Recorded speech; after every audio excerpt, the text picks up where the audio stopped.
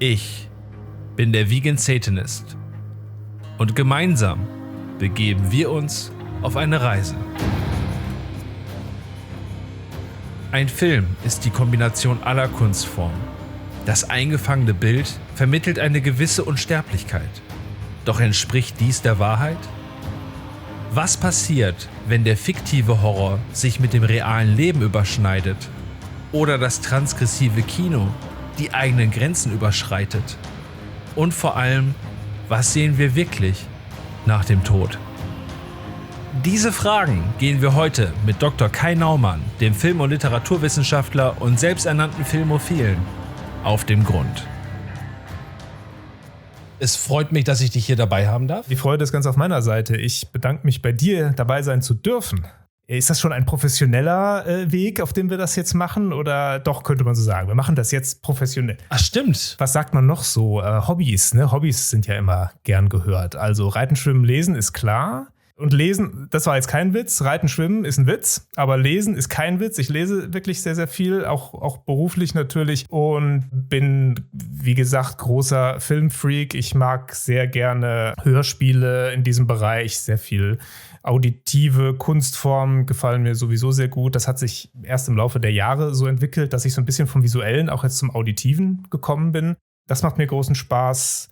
Und überhaupt so bestimmte Sachen aus der Kindheit, die man da noch so als Fan wahrgenommen hat und auch als, ja, sozusagen fast als Spielzeug, inzwischen den Wert zu erkennen, dass man das auch professionell sehen kann und auch professionell dort sogar mitarbeiten darf manchmal. Also das hat sich in den letzten Jahren bei mir sehr herauskristallisiert.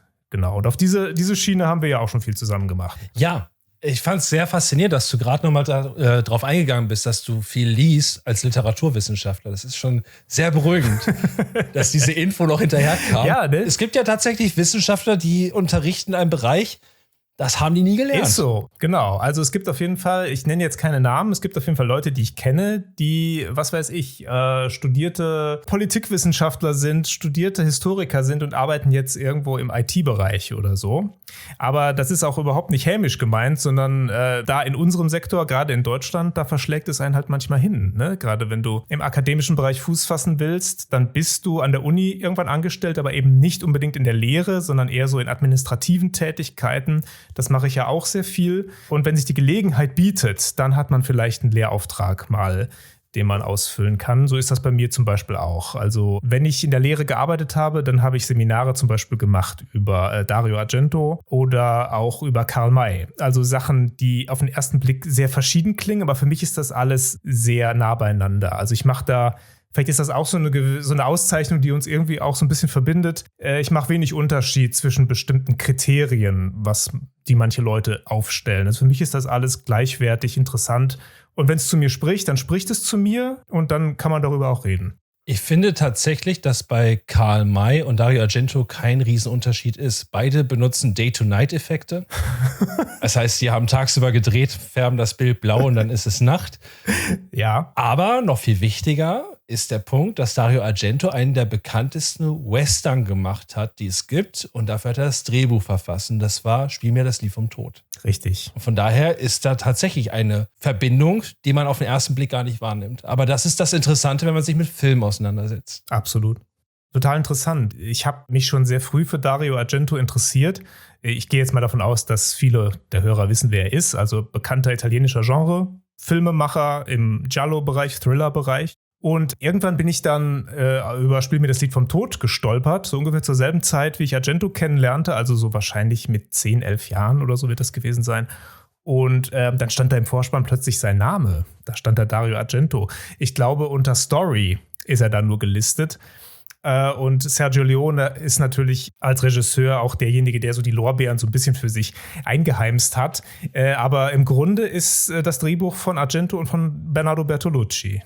Das kennen wir aus vielen Interviews, die es darüber gibt. Und das war so sein Einstieg wirklich, also der Türöffner für seine Karriere auch als Filmemacher, kann man sagen. Interessant, dass du Argento auch in so jungen Jahren kennengelernt hast. Wie gesagt, ich bin ja halb in Deutschland aufgewachsen und dann in den Ferien immer in Belgien. Und da lief irgendwann mal im Fernsehen nachts ein Film über Hexen. Und woran ich mich erinnern konnte als Kind, war, dass ein blinder Mann über einen riesigen Platz läuft und auf einmal wird er von seinem eigenen Hund attackiert. Jahrelang konnte ich nicht sagen, was das für ein Film war. Ich war einfach nur fasziniert und gleichzeitig verstört, als ich es gesehen hatte. Und ich meine, ich war in der Berufsschule, als ein Freund von mir sagte, hier, Suspiria, den musst du gucken. Der Film aller Filme. Und da habe ich ihn gesehen und habe ich gedacht, scheiße, das ist der Film, den ich als Kind gesehen habe. Geil. Sowas ist toll, ja. Wenn man so quasi so eine Szene noch im Hinterkopf hat, die einen sehr geprägt hat, die sich eingebrannt hat und man weiß nicht mehr, was das für ein Film war. Und irgendwann über Umwege stolpert man darüber. Und dann ist diese Szene wirklich da. Das ist ein tolles Gefühl. Wenn der Film dann immer noch gut ist, das ist dann natürlich eine 1 mit Sternchen. Es gibt ja oft auch diese Sachen in der Kindheit gesehen, später wieder aufgefrischt und es war nicht mehr ganz so cool. Das gibt's genauso. Aber in dem Fall weiß ich genau, was du meinst. Und war denn Suspiria dann dein erster Horrorfilm sozusagen? Nee, tatsächlich nicht. Der erste Horrorfilm, das Ding aus einer anderen Welt. Mein Opa in Belgien fand das immer schön, wenn ich an Halloween mit ihm Horrorfilme gucke. Aber er hat jetzt nicht das Gefühl von, was ist alt und was ist neu. Es war Der in Farbe von Carpenter. Der in Farbe, cool. Ja. Der in Farbe. Sehr schön. Ganz großer Fehler, wenn du das wirklich guckst mit 4, 5 Jahren. Was da alles im Bauch verschwinden kann bei Menschen, das geht mir nicht mehr aus dem Kopf nachher. Warst du traumatisiert in gewisser Weise? Ich war traumatisiert. Ich bin immer noch, wenn ich den Film gucke, ist das die Szene, wenn er halt wirklich an dem Bauch da fasst und dann reinfällt mit den Händen und dieser Bauch Zähne bekommt, in die Hände abbeißt. Ja. Das ist eine Szene, die ich immer sehr traumatisierend finde. Tolle Szene. Also tolle Effekte. Absolut, super. Absolut. Aber die sitzt bei mir tatsächlich noch. Selbst als Erwachsener. Das Jahr darauf kam er auf die wunderbare Idee, Die Fliege zu gucken. Kannst ja mal denken, welche Variante. Nämlich auch nicht die alte, sondern die von Cronenberg. Ja. Es wurde nicht besser. Also dein Opa war so ein Body-Horror-Freak, kann das sein? Er ist aber einer der wenigen, neben meiner Mutter zusammen, die mir klar gemacht haben, dass man differenzieren kann zwischen Film und Realität. Und das recht früh. Und das war halt auch gut so, weil dadurch habe ich diese Affinität für Horrorfilme bekommen. Weil dieses Gefühl von, das ist jetzt gruselig und schlimm und fühlt sich gefährlich an, aber ich weiß, ich komme sicher da raus. Das ist das Schöne. So ist es. Und vor allem, wenn der Film vorbei ist, dann bist du sozusagen in einem sicheren Hafen, im Hafen der Familie oder zumindest im Hafen von Leuten, mit denen du darüber sprechen kannst und die deine möglichen Ängste auch ernst nehmen, mit denen du das artikulieren kannst. Ich glaube, das ist sowieso das A und O, wenn es darum geht, ab wann darf man welchen Film sehen. Natürlich gibt es zu Recht auch Altersbeschränkungen, bin ich voll dafür, ist absolut klar. Ja. Aber das Wichtigste, finde ich, ist tatsächlich, dass man nicht allein gelassen wird mit dem Werk, sondern dass man danach jemanden hat, der das auch nicht belächelt, sondern der wirklich ernsthaft dir zuhört und mit dir darüber redet. Und da hatte ich ebenfalls das Glück, dass das in meiner Familie immer der Fall war. Meine Eltern haben sich auch immer sehr für die Sachen interessiert, die ich konsumiert habe und haben das auch eigentlich nie abgetan, obwohl da natürlich auch Sachen dabei waren, ohne Frage, wo ich heute auch sagen würde, ja, was ist da denn für ein Käse hier und so. Und sei es irgendwelche Nachmittagsserien für Kinder oder so, aber das haben sie nie vor mir artikuliert, so diese Abneigung, falls es die gegeben hat. Vor mir war es immer, nee, du magst das, okay, warum magst du das? Und wollen wir uns da vielleicht mal darüber unterhalten? Und manchmal auch, oh, das ist ja toll, da haben sie vielleicht so ein bisschen was geheuchelt, ist ja egal. Auf jeden Fall fühlte ich mich aufgehoben und das ist, glaube ich, ganz, ganz wichtig. Auch wenn es darum geht, mit Filmen für Erwachsene, um es mal so platt auszudrücken, sozialisiert zu werden in einem Alter, wo man noch nicht erwachsen ist. Ich glaube, da brauchst du einfach diese Zuneigung und dieses Auffangen in der Familie, ernst genommen zu werden mit dem, was dich plötzlich irgendwie beschäftigt. Ja, und das ist auch ein toller Anstoß. Also so habe ich es empfunden und so klingt das ja auch gerade bei dir. Also erstmal, dass die Eltern sich dafür interessieren, was du magst und was du nicht magst. Dann vielleicht noch zu Weihnachten kriegst du dann auch noch eine passende Actionfigur, wo deine Eltern jetzt nicht die Power Rangers mochten. So ist es. Aber es ist ja egal. Du hast ja auf jeden Fall, du wirst für voll genommen von deinen Eltern. Ja. Also, wenn ich eine kurze Anekdote in dem Zusammenhang noch bringen darf. Es war zum Beispiel sogar so, dass ich irgendwie über Umwege von The Texas Chainsaw Massacre gehört habe. Und der war damals natürlich einer dieser, also war so einer von den Heiligen Grals, könnte man sagen. Ne? Der war halt nicht zu kriegen. Und ich wusste das aber nicht. Ich hatte einfach davon gehört und fand den Titel auch Hammer. Also hat mich total umgehauen als Kind oder Jugendliches, als Heranwachsender. Und habe dann meinen Vater in die Videothek geschickt, wo er öfter tatsächlich war, um für uns Filme zu leihen. Und habe dann ihn gebeten, weil ich durfte damals da noch nicht rein, doch mal nach diesem Film zu fragen, ob die den auch haben und so. Und das hat er auch tatsächlich gemacht, was cool ist, dass er das einfach gemacht hat. Gut, das Ende vom Lied war dann allerdings, dass er nach Hause kam und sagte, ey Mann, der ist verboten, der Film. Er hat mich voll lächerlich gemacht und so. Aber das war halt auch lustig. Erstens wusste ich dann auch, dass er verboten ist. Das habe ich vorher halt nicht gewusst. Und zweitens war es irgendwie toll zu sehen, dass mein Vater auch diesen Wunsch sogar ernst genommen hat. Nee, der möchte den gucken, also frage ich mal danach. Und wenn sie ihn haben, nehme ich ihn mit und dann gucke ich ihn mit ihm zusammen. So wird es gewesen sein, wenn es geklappt hätte. Aber was eigentlich noch cooler war, er konnte ihn natürlich also nicht mitbringen, diesen Film, hat stattdessen aber Angel Heart mitgebracht. Das war dann, den habe ich auch sehr früh gesehen. Und das war dann eine Zeit lang wirklich einer meiner Lieblingsfilme. Und durch diesen, wenn du so willst, unglücklichen Zufall, weil sie Chainsaw Massacre nicht hatten. Und so habe ich Angel Heart dann kennengelernt. Oh, geil. Da wollte er irgendwas ab 18 bringe ich jetzt mal mit. Und da hat er den mitgenommen, weil natürlich Mickey Rourke, De Niro, das hat er dann irgendwie, hat er was geklingelt bei ihm. Und da hat er das mitgenommen. Ja. Und solche Sachen, die haben mir dann auch sehr früh schon gezeigt, um den Kreis jetzt zu schließen, man wird auch in seinem Spleen und in seinen vielleicht etwas seltsamen Interessen wirklich ernst genommen in der Familie. Und das ist eigentlich bis heute so. Also, und das weiß ich, dass das nicht in jeder Familie so ist. Und deswegen bin ich sehr dankbar dafür. Oder kannst du wirklich auch sehr dankbar für sein? Ich kann bei mir nur sagen, von meiner Mutter werde ich bei sowas immer unterstützt, weil die selber auch eine Filmfanatikerin ist. Mein Vater, der interessiert es ja weniger. Aber er war auch derjenige, der mir damals, wenn ich gesagt habe, Freitagabend, meine Mutter war, glaube ich, von der Firma irgendwo essen, hat er mich gefragt, was willst du denn gucken? Und ich gesagt, irgendwas mit Schwarzenegger, weil in meinem Alter kannte man Schwarzenegger ja nur durch Last Action Hero. Und hat dann gedacht, okay, das ist halt dieser Action-Typ und der wird ja noch mehr solche Filme gemacht haben. Weil gab ja auch Junior oder Twins. Und mein Vater kam zurück mit Predator. Moment, du meinst Predator, meinst du natürlich. Predator, ja. Predator. Predator. Jetzt könnte man natürlich, gut, wir sind erwachsene Menschen. Das muss ich hier nochmal gerade sagen. Ich habe schon Mitte 30 erreicht. Ich kann drüber sprechen. Das Jugendamt kann mir gar nichts mehr.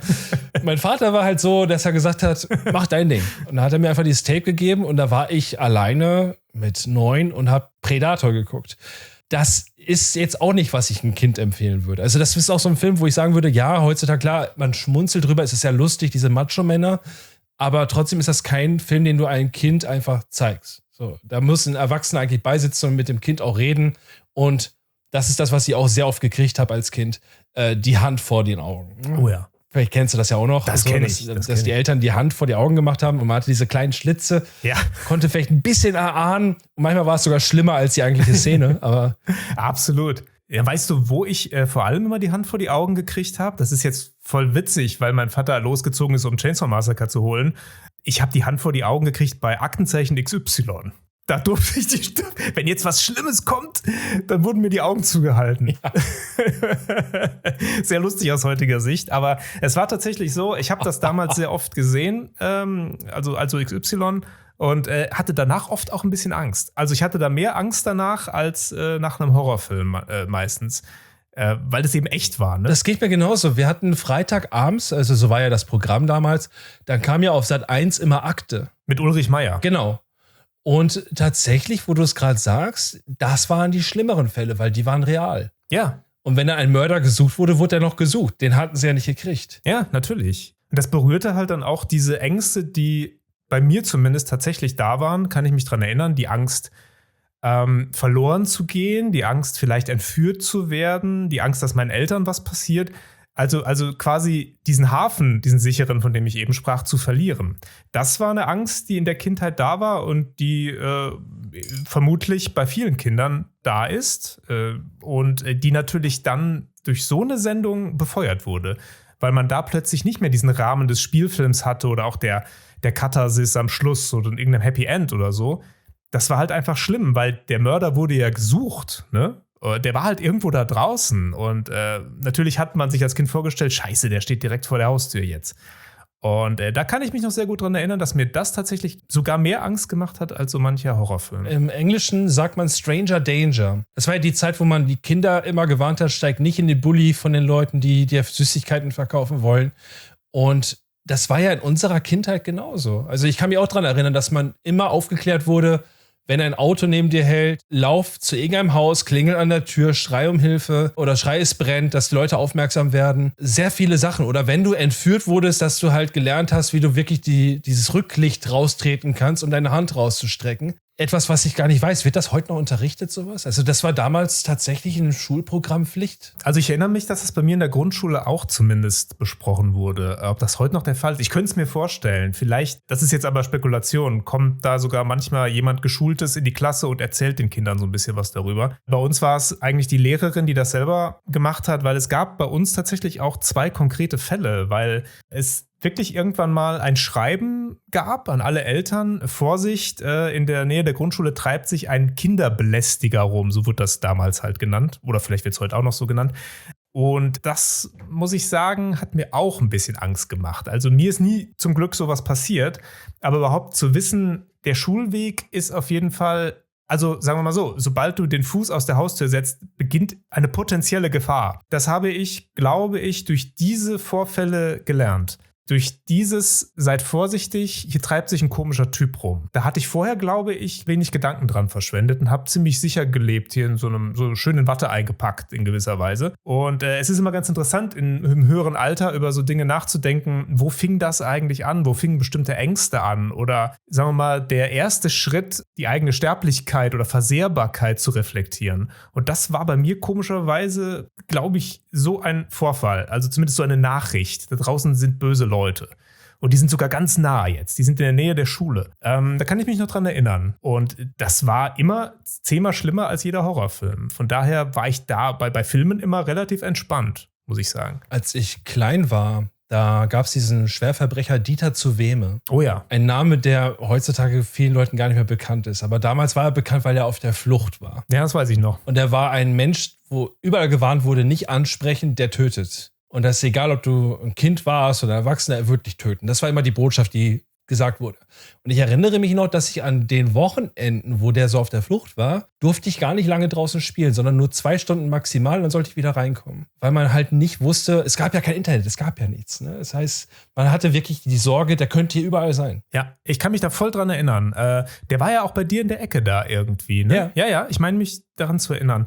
Und damals hatte ich natürlich, ich war ja ein bisschen älter als du, immer, also nicht dieses geografische Verständnis, der ist weit weg und so, also von meinem Wohnort.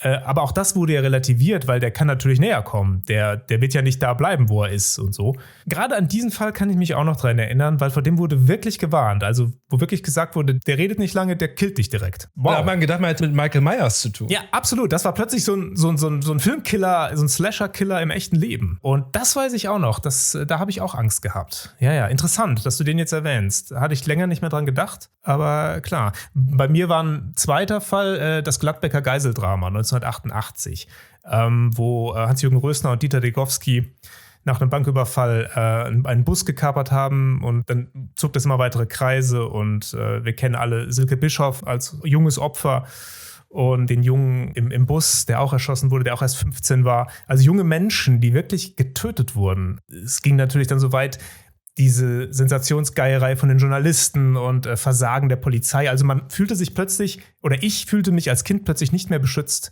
Das war auch so ein Fall, der mich bis heute in gewisser Weise, wo ich ihn besser reflektieren kann, fasziniert bezüglich meiner eigenen Biografie. Weil ich glaube, das war auch ein Fall, der bestimmte Ängste in mir angetriggert hat, die es vorher nicht gab und so. Und es ist wahrscheinlich interessant, mal, wenn man mit Leuten spricht, herauszufinden, wo ist in deren Biografie der Punkt gewesen, wo man sagen kann, ab hier war es nicht mehr so rosarot, wie es vorher war. Ich denke, das wird bei jedem irgendwo der Fall sein. Und das Schlimme ist auch bei dem Fall, den du gerade nanntest, dass die Medien da wirklich eine Grenze überschritten haben. Nämlich auch das Interview mit diesem Opfer, was man ja immer noch auf YouTube sich angucken kann heutzutage, bevor sie erschossen wurde. Richtig, ja. Also das ist ja das Schlimme. Die reden ja wirklich gerade mit der Geisel, die sich gerade in Geiselhaft befindet. Und keiner kann die retten. Unglaublich skurril.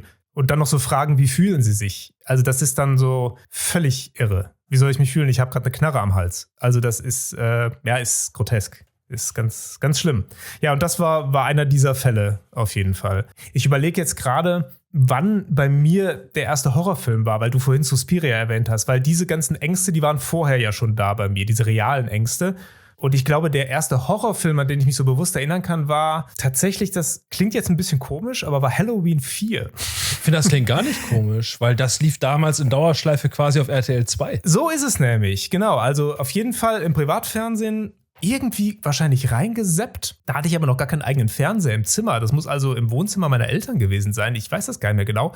Und da kann ich mich dran erinnern, dass ich da tatsächlich auch Angst hatte bei bestimmten Szenen. Einfach diese Figur des Michael Myers hat mich sehr geängstigt. Diese stoische Figur, dieses etwas roboterhafte, dieses Gesichtslose. Das ist ja auch das, was Michael Myers bis heute so irgendwie abstoßend und auch faszinierend zugleich macht. Ne? Dieses nicht begreifbare, also wirklich das Böse in Person. Interessant, dass es bei mir Halloween 4 war und nicht Halloween 1. Das ist eigentlich fast ein bisschen schade. Ich hätte lieber den ersten vorher gesehen.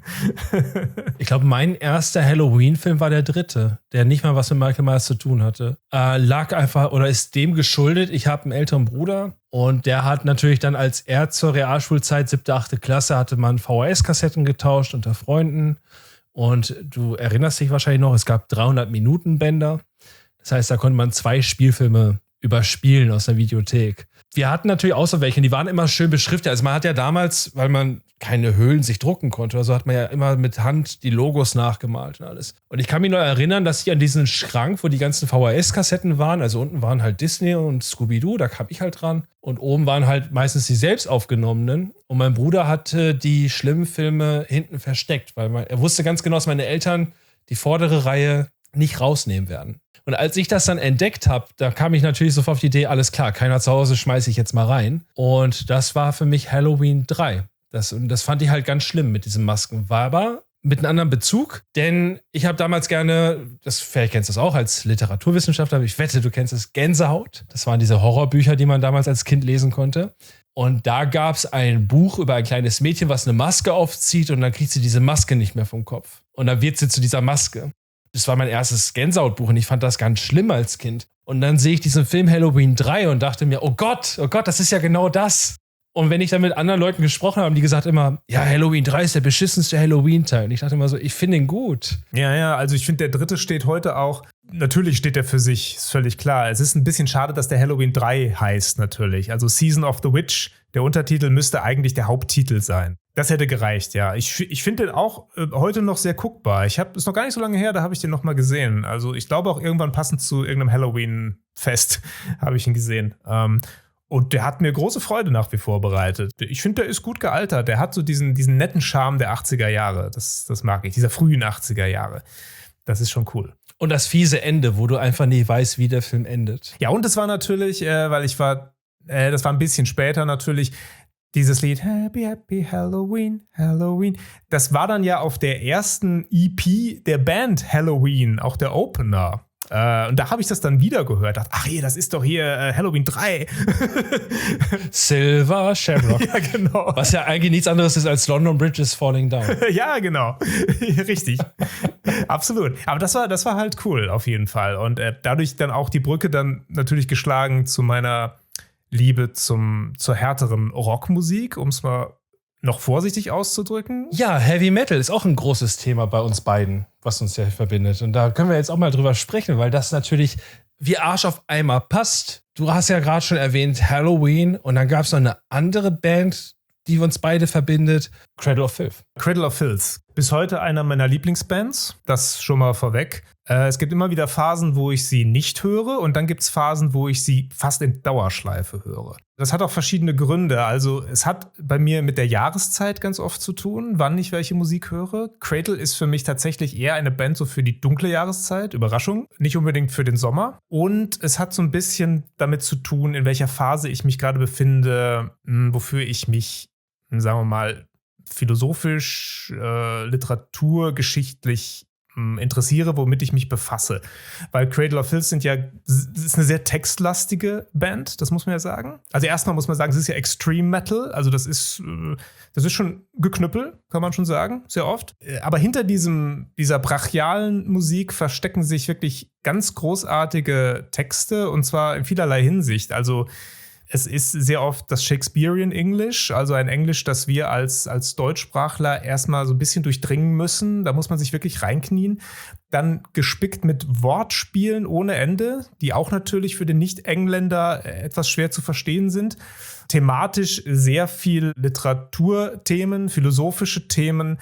Natürlich, wenn ich von Literatur spreche, sehr viel aus dem Dark-Bereich, also Horror, Grusel, aber auch Klassiker wie Milton, Paradise Lost, also wirklich auch Klassiker der Literatur. Aber eben auch nicht so, wie soll ich das sagen, keine Zusammenfassung des Buches, also kein Wikipedia-Artikel abgeschrieben, sondern wirklich eher eine Stimmung, die da präsentiert wird in den Texten von Cradle. Und wenn man diese Stimmung aufnimmt, dann hat man plötzlich diese Stimmung des entsprechenden Buches oder der entsprechenden Bücher. Ist tatsächlich eine Band, finde ich, die man erfahren muss.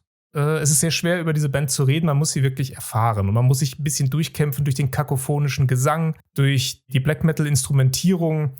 Aber dann wird man belohnt mit wirklich etwas, was einen, ja, ich würde fast sagen, ein Leben lang beschäftigen kann. Das ist Poesie, was da geschrieben wird, würde ich schon sagen. Ja, ohne Cradle of Filth würde es wahrscheinlich The Vegan Satanist in der Form, wie ich es bei Instagram betreibe, gar nicht geben. Weil Cradle of Filth mich zum Beispiel inspiriert hat, mich mit geschichtlichen Sachen auseinanderzusetzen, wie Elizabeth Bathory. Genauso aber auch die Faszination, was du eben sagtest, mit der Lyrik, dass man dann auf einmal auf die Idee kommt, hey, jetzt hätte ich doch mal Bock, Faust zu lesen, wenn er darüber singt. Und das ist halt wirklich cool. Also, dass er das schmackhaft macht. Auch das Clive Barker-Universum mit den Zenobiten und so wurde mir sehr schmackhaft gemacht durch Cradle of Filth. Ja, und das ist genau das, was du gerade sagst. Und das schlägt so ein bisschen die Brücke zum Anfang unseres Gesprächs.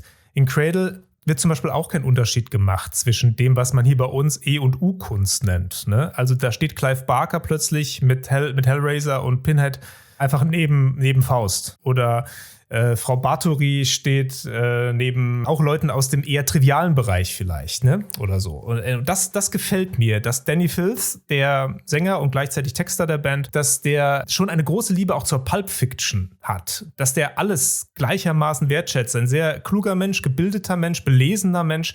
Und das gehört meiner Meinung nach dazu, auch die Pulp-Literatur zu kennen. Und Pulp meine ich in keinster Weise abwerten, das heißt halt einfach so. Das ist einfach der Begriff Groschenheft, Ästhetik, bestimmte, also Zombie-Stories, Comic-Stories und das neben Shakespeare und neben Faust. Also das finde ich grandios. Und das habe ich aber auch erst im Laufe vieler Jahre, wo ich mich mit Cradle beschäftigt habe, so richtig durchdrungen. Am Anfang war das für mich einfach geile, brachiale Musik, die mir in einem bestimmten Leben auch einfach was gegeben hat und mir geholfen hat auch, mit der ich mich identifiziert habe. Und ich habe mich dann auch so gestylt damals, so ein bisschen Cradle-mäßig. Ich hatte damals noch lange Haare und hatte bestimmte Bandshirts an, das trage ich ja heute noch, das hat sich nicht geändert. Aber ich hatte dann tatsächlich auch Black-Metal-artige Militärhosen an, Cargo-Hosen und bin so auch zur Uni gegangen in Vorlesungen. Hattest du auch deinen Patronengurt? Den Patronengurt habe ich in der Uni weggelassen. Die auch weggelassen in der Uni. Das Szenario kommt nicht so gut. Aber es gibt Leute, die tragen ihn in der Uni. Also finde ich auch völlig okay. Ja, solange die Waffe nicht dabei ist, ist das ja auch völlig legitim. Hattest du auch das Jesus is a Cunt-Shirt? Das hatte ich nicht, nee. Hatte ich nicht. Aber ich kenne es natürlich und ich kenne auch Leute, die es hatten. Natürlich. Ist ja ein berüchtigtes Shirt. Ich bin ja einer der wenigen, die es haben. Ja. Und immer noch trage. Es ist, ja, zu Recht. Es ist ja auch, das muss man auch sagen, Cradle of Filth, gerade auch je länger es die Band gab, haben ja auch so ein gewisses Augenzwinkern auch noch mit drin. Das gefällt mir auch gut. Es ist auch ein gewisser Humor manchmal sogar in ihren Texten. Muss man, wie gesagt, erfahren. Es ist sehr schwer, das zu verbalisieren. Das muss man einfach durch den Genuss und durch die Rezeption wirklich in sich aufnehmen. Dass auch das Total Fucking Darkness Shirt gab es ja auch. Das ist schon wieder so geil prollig, dass es schon wieder cool ist. Ne? So sehe ich Cradle manchmal auch. Es hat auch sehr viel mit Spaß an einer düsteren, dunklen Feier zu tun, ne? Die man mit der Band zusammen durchlebt. Das hat mir immer sehr gefallen. Ich bin ja sehr spät in die Metal-Schiene gekommen. Ich bin ja, glaube ich, erst mit 14, 15. Also erst mit Misfits. Und dadurch kommt man irgendwann zum Heavy Metal. Und dann kam ich auf Cradle, weil die ja auch so böse waren, in Anführungsstrichen. Aber ich weiß noch, ich war ein großer Fan des alten Gitarristen Paul Allender. Und die Art und Weise, wie sie gespielt haben, die Musik, dass das nicht, wie man es von den normalen Black-Metal-Bands kennt, nur 3 Akkorde à la Punk und dann ganz schnell Schlagzeug, sondern dass das wirklich extrem melodisch war und extrem schwierig nachzuspielen. Mhm. Das war für mich so die hohe Kunst. Und deswegen, das ist alles andere als prollig, weil ich würde jedem mal raten, versucht das mal nachzuspielen. Sind großartige Musiker. Ich habe mal einen schönen Satz gelesen, ich weiß nicht mehr, wer ihn gesagt hat, Aber sinngemäß hieß er so, bezogen auf Cradle of Filth und auch in ihrer Beziehung zum Black Metal und Dark Metal, wunderschöne Melodien, die sich aber unter heiligem Zorn verstecken.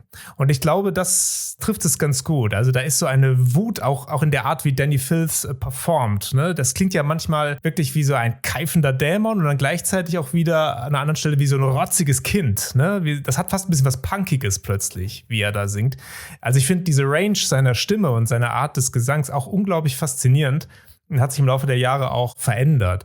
Aber was mich mal interessieren würde, hast du ein Lieblingsalbum von Cradle? Nymphetamine und Thornography. Mit Paul Allender auch als Gitarrist, genau. Genau, Paul Allender natürlich und gleichzeitig interessanterweise auch die beiden Alben, wo viele Cradle-Fans ausgestiegen sind. Das weiß ich aus eigener Erfahrung. Wahrscheinlich, weil es zu mainstreamig da wurde es wurde. sehr rockig. Aber für mich sind das so die Hauptalben, weil auch Doug Bradley mitmacht. Und Doug Bradley ist ja Pinhead, das ist die Stimme, die wir alle kennen von Pinhead, dem Mann mit den Nägeln im Gesicht von Hellraiser. The Rise of the True Pentagram. Ja, ist großartig. Das ist ein kleines, tolles Gedicht vor diesem Instrumentallied, ne? Ist ein Instrumentalsong, glaube ich, danach. War nicht auch Swan Song for Raven auf den Alben drauf? Ja. Grandioser Song. Ist ja die Fortsetzung von Her Ghost in the Fog, ne? Von der Midian. Also bei mir sind es wahrscheinlich die Cruelty and the Beast und Midian. Also denen gehört mein Herz sehr. Oh, Midian ist super durch, allein schon wegen auch wieder Clive Barkers Referenz zu Cabal Nightbreed. Absolut, ja. Und textlich ganz groß, also muss man wirklich sagen, von Dani Filth. Und die Cruelty hat so eine kalte Bosheit, die mir immer sehr gefallen hat. Ich weiß nicht, ob jetzt der Hörer das so nachvollziehen kann. Wir sind jetzt hier gerade so ein bisschen zwei Fans. Am Nerden. Ja, so ein bisschen. Aber man verliert sich so ein bisschen in der Begeisterung. Das ist schon toll. Also wenn man so ein bisschen die Stimmung, das mache ich manchmal, die Stimmung entsprechend anpasst, also das Licht ein bisschen dimmt, draußen ist es dunkel, am besten ist es noch so, wenn es draußen sehr kalt ist. Ich zelebriere das gerne und dann mache ich eine Cradle-Platte an. Das höre ich auch nicht auf, das ist Entspannung für mich dann in dieser Gothic-Atmosphäre so ein bisschen zu verlieren. Ich liebe das gerade jetzt zur Herbstzeit, der Halloween-Zeit, spazieren zu gehen und du hast halt diesen, wie Typo Negative es so schön beschreibt, den Oktober-Rust, also diese rostigen Farben auf den Bäumen und alles ist so orange, rot. Und wenn du dann halt in Ruhe durch so einen Wald spazieren gehst, einfach mit deinen Kopfhörern auf und du hörst zum Beispiel so einen Song wie Nymphetamine, das ist extrem beruhigend. Das ist wunderschön. Auch dieser Mix zwischen weiblichen Gesang und männlichen Gesang. Und was du schon sagst, dieser trotzige Mann, der dann irgendwie dazwischen brüllt, wie bei Die Schöne und das Biest. Es ist geil. Und da waren Cradle auch sehr oft, finde ich, sehr mutig, weil es gibt ja, ich glaube, das ist auch auf der Thornography, The Byronic Man über Lord Byron, berühmter Literat, böser, satanistisch geprägter Mensch, kann man gerne mal googeln. Da hat er ja mit Ville Valo zusammengearbeitet, von Him. Und das weiß ich noch in der Szene, ein Schock damals. Zumindest in meiner Bubble war das ein Schock. Ich kann mich an einen Geburtstag erinnern, wo die Platte gerade draußen war und alle, oh, das kann nicht wahr sein, hier mit dem Kommerzscheiß da, jetzt ist Cradle auch für mich gestorben und so. Also so radikal war das damals. Ich glaube, inzwischen haben sich alle wieder ein bisschen beruhigt, weil so heftig war es jetzt dann auch wieder nicht. Aber das meine ich mit mutig. Also da waren Cradle auch immer, das war denen egal. Da haben sie einfach gedacht, für diesen dandyhaften Typ muss einfach eine andere Stimme her als die von Dani Filth. Und das war dann eben Ville Valo, ne, von Him. Das hat natürlich gepasst. Das hat sich, glaube ich, in der Szene nie geändert bei Heavy-Metal-Fans. Es kommt immer der Punkt, wo eine Band auf einmal scheiße wird. Weißt du, ich kenne sehr viele Leute, die fanden Ghost damals geil, wegen diesen Rituellen, dass sie auf die Bühne kamen, keiner wusste, wer das ist. Und dann wurden die auf einmal auch mainstreamiger. Und auf einmal waren sie scheiße. Sobald eine Funko-Figur draußen war die scheiße. Ja? und das hast du ja egal bei welchem Genre. Das hattest du ja auch bei den Misfits gehabt. Volbeat. Ich könnte unzählige Bands aufzählen, wo dieses Phänomen eingetreten ist. Sogar bei Behemoth ist das ja eingetreten. Als das Album The Satanist kam, war das ja für viele Black Metal-Fans auf einmal, nee, das ist kein Black Metal mehr, da will ich nicht hören. Ich finde das immer sehr schwachsinnig, weil das ist sehr engstirnig gedacht. Wenn Musiker sich weiterentwickeln, ist das eine coole Sache. Ja, finde ich auch. Und die alten Alben bleiben ja auch. Die sind ja nicht plötzlich weg, ne? Das ist mir zum Beispiel bei Metallica so gegangen. Ich war früher riesiger Metallica-Fan. Und ich weiß, jeder sagt, da bin ich bei der Masse, muss ich leider sagen. Also nach dem Black Album ging es ja sehr ins Kommerzielle mit Load und Reload und wir wissen ja, was dann so kam. Und da war ich ehrlich gesagt auch raus. Also, aber es war nicht schlimm, weil es gab dann ja wirklich eine Palette sehr geiler Alben Und die liebe ich bis heute sehr, auch aus biografischen, persönlichen Bezügen, aber auch einfach, weil es wirklich hammergeile Platten sind. Da konnte ich so ein bisschen verstehen, weil sich die Band dann ja auch optisch wirklich fast wie eine Provokation völlig weiterentwickelt hat mit den kurzen Haaren und plötzlich schminken wir uns mit Kajal und so solche Sachen. Das waren halt nicht mehr diese Thrash-Metaller, die man noch vor ein paar Jahren gesehen hatte und so. Das war das Problem der 90er. Ne? Grunge hat ja den Metal so abgelöst. Bands wie Creator fingen auch an, sich zu schminken. Ich glaube, man hat da versucht, diese Welle von Nine Inch Nails mitzugehen. Dieses Industrial Metal war auf einmal in, das war so dieses Endzeit-90er-Ding. Die sind ja alle geschminkt und schwarz. Oh, da müssen wir jetzt mit auf den Zug springen. Ja, da ist was dran. Ja, die 90er waren ja für den Metal wirklich ein sehr schweres Jahrzehnt, muss man sagen. Also eine Band, die ich auch sehr liebe, die da aber relativ unbeschadet durchgegangen ist, waren zum Beispiel Blind Guardian. Ich glaube, die haben da einfach gesagt, scheiß drauf. Die haben einfach ihr Ding weitergemacht und haben mit der Imaginations from the Other Side von 96, wo der Metal eigentlich quasi fast tot war, kann man sagen, ein richtiges Knalleralbum veröffentlicht. Und dann 98 die Nightfall in Middle-earth. Da ging es ja so langsam wieder aufwärts mit dem Metal. Dann auch wieder so ein Ding, sogar diesmal ein Konzeptalbum über Silmarillion von Tolkien. Das war dann wieder so was ganz Engagiertes und Ambitioniertes plötzlich. Und nichts Aufgewärmtes. Deswegen muss ich sagen, das ist für mich so ein Beispiel einer Band, die sich auch nicht verraten hat selber oder nicht negativ weiterentwickelt hat in den 90ern. Und heute sind die natürlich auch wieder on top da und die 90er gehören mit zu deren stärksten Jahrzehnt, muss man wirklich sagen. Kurze Frage zu Cradle of Filth, nochmal kurz da zurückzukommen, weil du hattest ja auch das mit Lord Byron erwähnt. Ist Cradle of Filth eigentlich ein positives Beispiel für Satanismus? Ich frage das bewusst, denn Black Metal Bands wie Mayhem und Co. werfen ja dann doch eher das negative Bild von Satanismus auf die Menschen, was ja bei Cradle nicht der Fall ist, aber sie sprechen trotzdem über diese Themen. Ja, das ist ja eben das Interessante, dass Cradle, wie ich eben schon sagte, sich ja mehr auf diesen Satanismus in der Kunst berufen, sprich auch vor allem auf den literarischen Satanismus.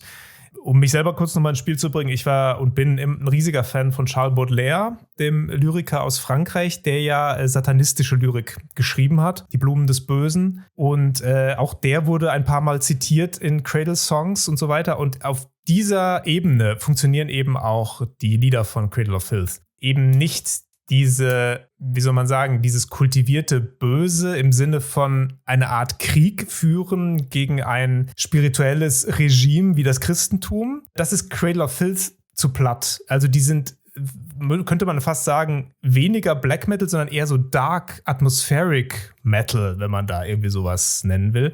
Deswegen würde ich ihren Satanismus zum Teil wirklich als Zitat aus der Literatur beziehungsweise aus der Geschichte nehmen, wie zum Beispiel auch die Konzeptalben über Gilles de Rais oder die Bathory. Aber jetzt nicht im Sinne von einer Art Propaganda-Album, wie man es zum Beispiel Mayhem unterstellen könnte. Oder vielleicht auch, die frühen Dark Throne waren auch anders. Die waren auch sehr atmosphärisch. Die mag ich auch sehr gerne. Die Transylvanian Hunger finde ich großartig zum Beispiel.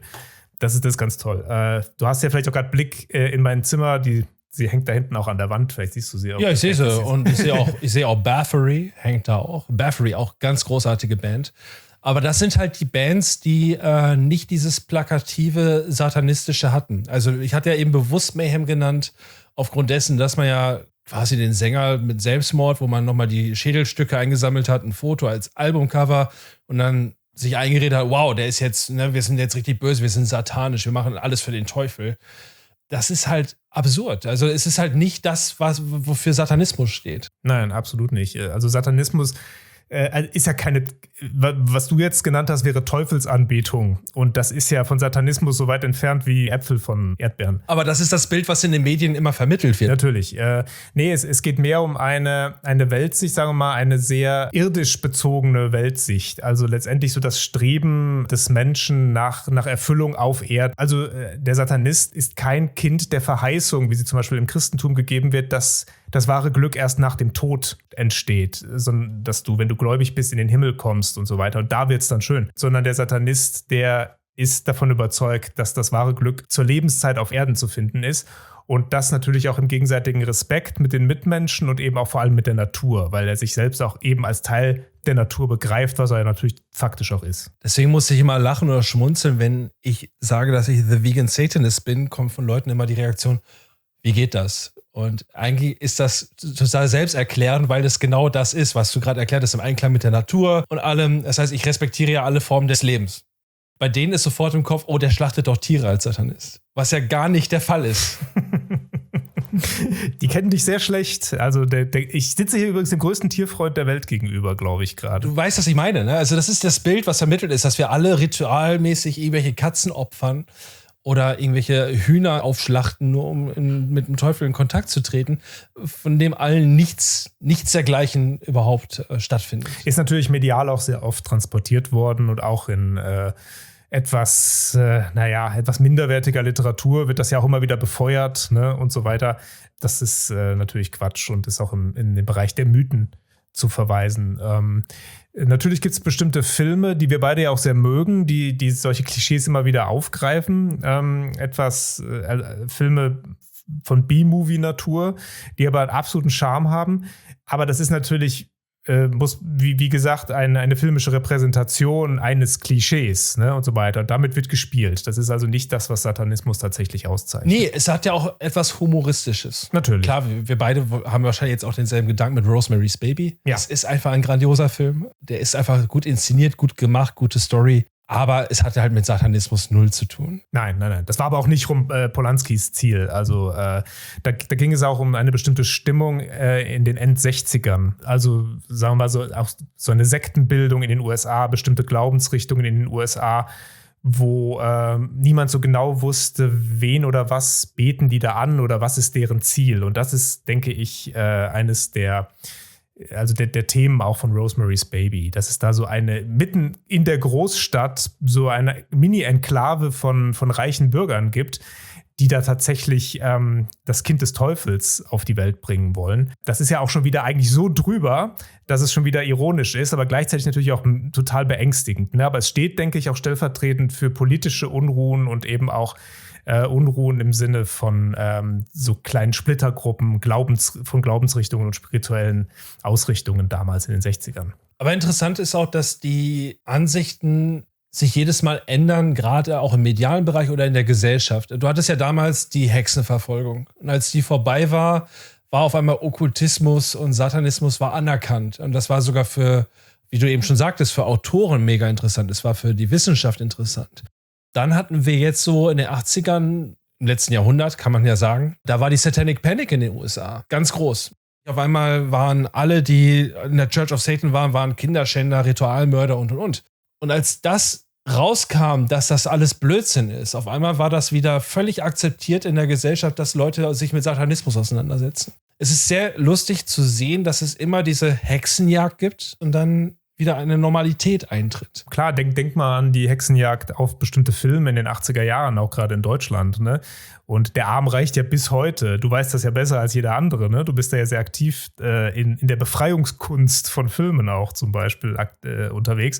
Und das sind ja diese Auswüchse noch von damals, ne? Und da wurden ja auch plötzlich Filme wie Muttertag oder sonstige Sachen, die man heute nur noch fast als Komödien ja wahrnehmen kann, als Gründe für Jugendkriminalität herangezogen, weil das natürlich immer sehr einfach ist, ne? Böse Musik, böse Medien, Ballerspiele eine Zeit lang, ne, waren dann schnell hergeholter Täter oder Grund dafür, warum jemand plötzlich Gewalt im Alltag ausübte. Aber das ist eben genau das, was wir am Anfang auch sagten. Natürlich, wenn jemand mit so etwas alleingelassen wird, könnte die Gefahr bestehen, dass bestimmte Sachen sich daraus entwickeln. Trotzdem kann man der mündigen Gesellschaft Kunstwerke nicht vorenthalten deswegen. Und gleichzeitig befeuert das nochmal das, was wir schon sagten. Es muss eben aufgefangen werden durch Stärkung der Familie oder der Stärkung von sozialen Institutionen, die darüber reden mit demjenigen, dass der nicht allein gelassen wird mit bestimmten Sachen. Also man kann nicht das Spiel verbieten und diesen Menschen trotzdem seine Einsamkeit überlassen. Das ist der falsche Weg. Es muss eben anders sein. Das Spiel muss weiter existieren und der Mensch braucht Hilfe. der damit eben allein konfrontiert wird und da vielleicht so eine Art verquere Weltsicht daraus zieht und so. Und ich denke, das ist immer der Knackpunkt, aber das ist natürlich schwieriger. Ne? Es ist viel einfacher, etwas einfach vom Markt zu nehmen, zu verbieten. Und damit ist das Böse hinter Schloss und Riegel. Und wir wissen ja alle, dass das Quatsch ist. Also unsere Straßen sind nicht sicherer geworden, als Chainsaw Massacre nicht mehr verfügbar war. Kommen wir mal drauf zurück, wie eigentlich ich zu dir gekommen bin. Das ist jetzt 6 Jahre her und ich wurde beauftragt, einen Dokumentarfilm über Synchronsprecher zu machen. Und da bin ich auf dich gestoßen, in dieser Dokumentation. Wir kannten uns ja vorher gar nicht. Nee, das stimmt.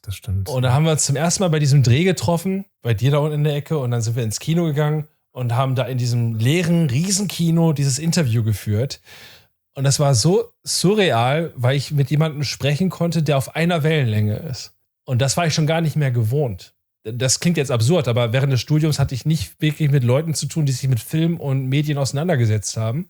Und jemanden wie dich da sitzen zu haben, der sogar Doktorand ist, und diese ganzen Themen offen behandelt und richtig tief drinsteckt und das mit Freude bespricht, das war ja sehr erfrischend. Und da wollte ich auch nochmal an dieser Stelle nochmal sagen, hey, danke dafür. War echt ein tolles Erlebnis. Ja, der Dank, also ich muss mich bedanken. Mir ging es nämlich ganz genauso. Wir haben das war das Victoria-Kino in Dahlbruch. Sehr schönes Kino hier bei mir im Siegerland. Das hatten wir an diesem Vormittag quasi für uns alleine. Ich kenne den Besitzer und der hat uns erlaubt, da zu drehen. Und ja, das war schön.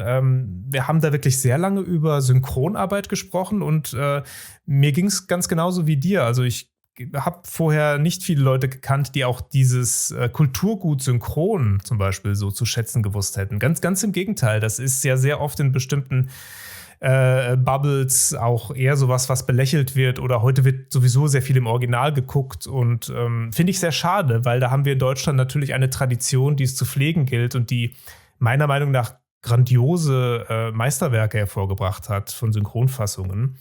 Und darüber konnten wir reden. Und das Schöne war, das hat mir auch sehr gut gefallen, dass du eben auch sehr schnell dich geoutet hast als ein großer Fan von Rainer Brandt zum Beispiel. Also das Schnodderdeutsch. Ne? Also das heißt, genau, Schnodderdeutsch. Rainer Brandt, Gott hab ihn selig. Ne? Also er ist ja auch vor kurzem von uns gegangen.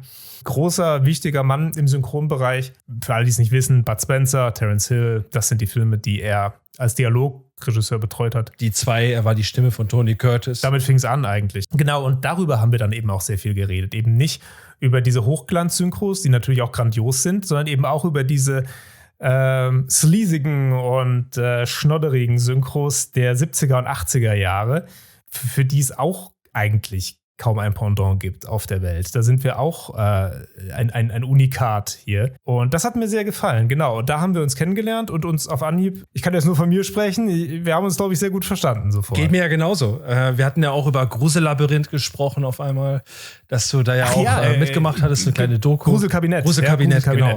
Ja, genau. Und über He-Man. Ja. Und dann hatte man diese ganzen Berührungspunkte, wo man merkte, oh, da ist jemand mit denselben Interessen. Da ist jemand mit denselben Sachen groß geworden. Von Wrestling bis He-Man, bis Horrorfilme. Es war alles dabei. Ja.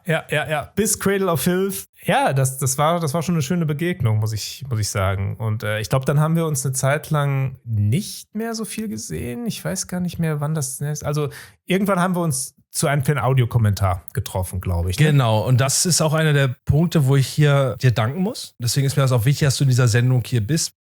Ich hatte damals immer zu mir selbst gesagt, ich werde niemals einen Audiokommentar machen, weil ich nicht zertifiziert bin dafür, sowas zu machen. In meinem Kopf muss man einen Abschluss da drin haben, man muss Filmwissenschaften studiert haben, man muss sich auskennen. Und das hatte ich nie. Und dann weiß ich noch, dass du zu mir gesagt hast, nee, du machst das jetzt mit mir zusammen. Wir machen das zusammen. Weil ich dich gefragt habe, ob du das damals machen konntest für Rolling Vengeance, Monster Truck. Und dann hast du zu mir gesagt, nein, Laurent, wir machen das zusammen. Und ich hatte so ein krasses Tief. Also mein Selbstwertgefühl war so weit unten, weil ich Angst hatte. Ich hatte richtig Angst davor.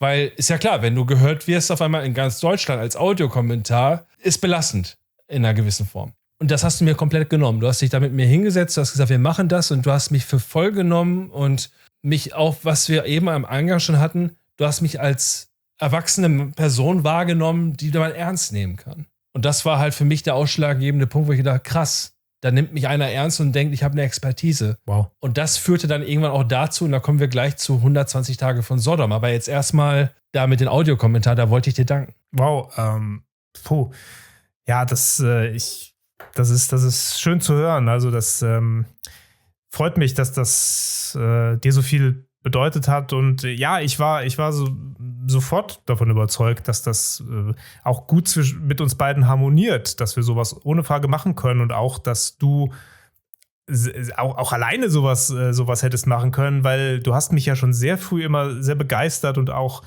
amüsiert durch lustige Anekdoten mit deinem großen Filmwissen und so, viele Fun Facts, die du hattest, sehr viel Hintergrundinformationen, viele Leute kennst du auch persönlich sogar. Also das war für mich auch immer eine große Bereicherung, das mit dir zu machen. Deswegen, wow, ich danke dir für das Lob und kann das auch nur zurückgeben. Also ich will das auch nicht mehr missen. Das ist eine schöne Tradition geworden und macht große Freude. Das ist wirklich etwas, wo ich auch denke, es ist egal, wie absurd manchmal die Filme sind, die wir da gucken oder wo wir die Aufträge kriegen, das zu machen. Wir finden immer irgendwas, was diese Filme dann wieder total interessant macht. Ja, ich bin da selbst überrascht manchmal, aber ist so, ja. Also, das müssen natürlich die Zuhörer eigentlich bewerten, aber ich glaube, wir können das auch sagen. Ich denke, wir können zufrieden sein mit dem, was wir aus manchen Filmen, die tatsächlich wahrscheinlich faktisch gar nicht so viel Output liefern, doch sehr viel Output rausholen, ne? Weil man eben sich Bälle zuwerfen kann und weil man Hintergrundwissen hat und weil man eben das Metier auch liebt. Das ist, glaube ich, der ausschlaggebende Punkt. Man muss ich würde wirklich ganz bewusst das Wort Liebe verwenden. Man muss das aufbringen für die Kunstform, in der man arbeitet oder für die man arbeitet, weil sonst wird das halbgar, wenn es nur ein Job ist. Und das ist ja eher so eine Passion, die wir da verfolgen. Natürlich, wir können hier nicht urteilen, wie Leute das draußen finden. Ich kann auch nur aus meiner Perspektive sprechen, dass es Spaß macht, mit dir diese Sachen aufzunehmen. Es gibt einen bekannten Fall, falls jemand das sehen sollte, der jetzt diesen Podcast hört und sich diese Blu-ray anguckt. Mit dem Hintergrundwissen ist es lustig. Wir beide haben den Audiokommentar zu Wild Thing gemacht. Das ist ja eine moderne Tarzan-Variante in den 90ern, die dann halt in New York spielt, was aber komischerweise in Kanada gedreht wurde. Wie immer. Und ich weiß noch, an dem Tag hatte ich das vercheckt und ich habe mich nicht vorbereitet. Und dann sagtest du zu mir, bist du ready? In 10 Minuten nehmen wir auf. Und ich habe nur gedacht, verdammte Axt, ich weiß gar nicht, worum es geht. Ich weiß gar nichts. Ne? Ich muss jetzt hier irgendwie improvisieren. Und dann haben wir diesen Audiokommentar aufgenommen und ich muss sagen, das ist mittlerweile einer von meinen Liebsten, weil wir so viel Kram rausgearbeitet haben, wo ich dachte, wie haben die das denn gesehen? Das weiß ich selber nicht. Ich habe keine Ahnung. Ja. Ich erinnere mich dran. Stimmt. Ich hatte, glaube ich, sogar sowas geschrieben, hier, ich mache mir gerade noch einen Kaffee oder sowas und dann können wir loslegen. Und dann kam von dir zurück, ach so, ja, wir machen das heute, okay, ja. Und so.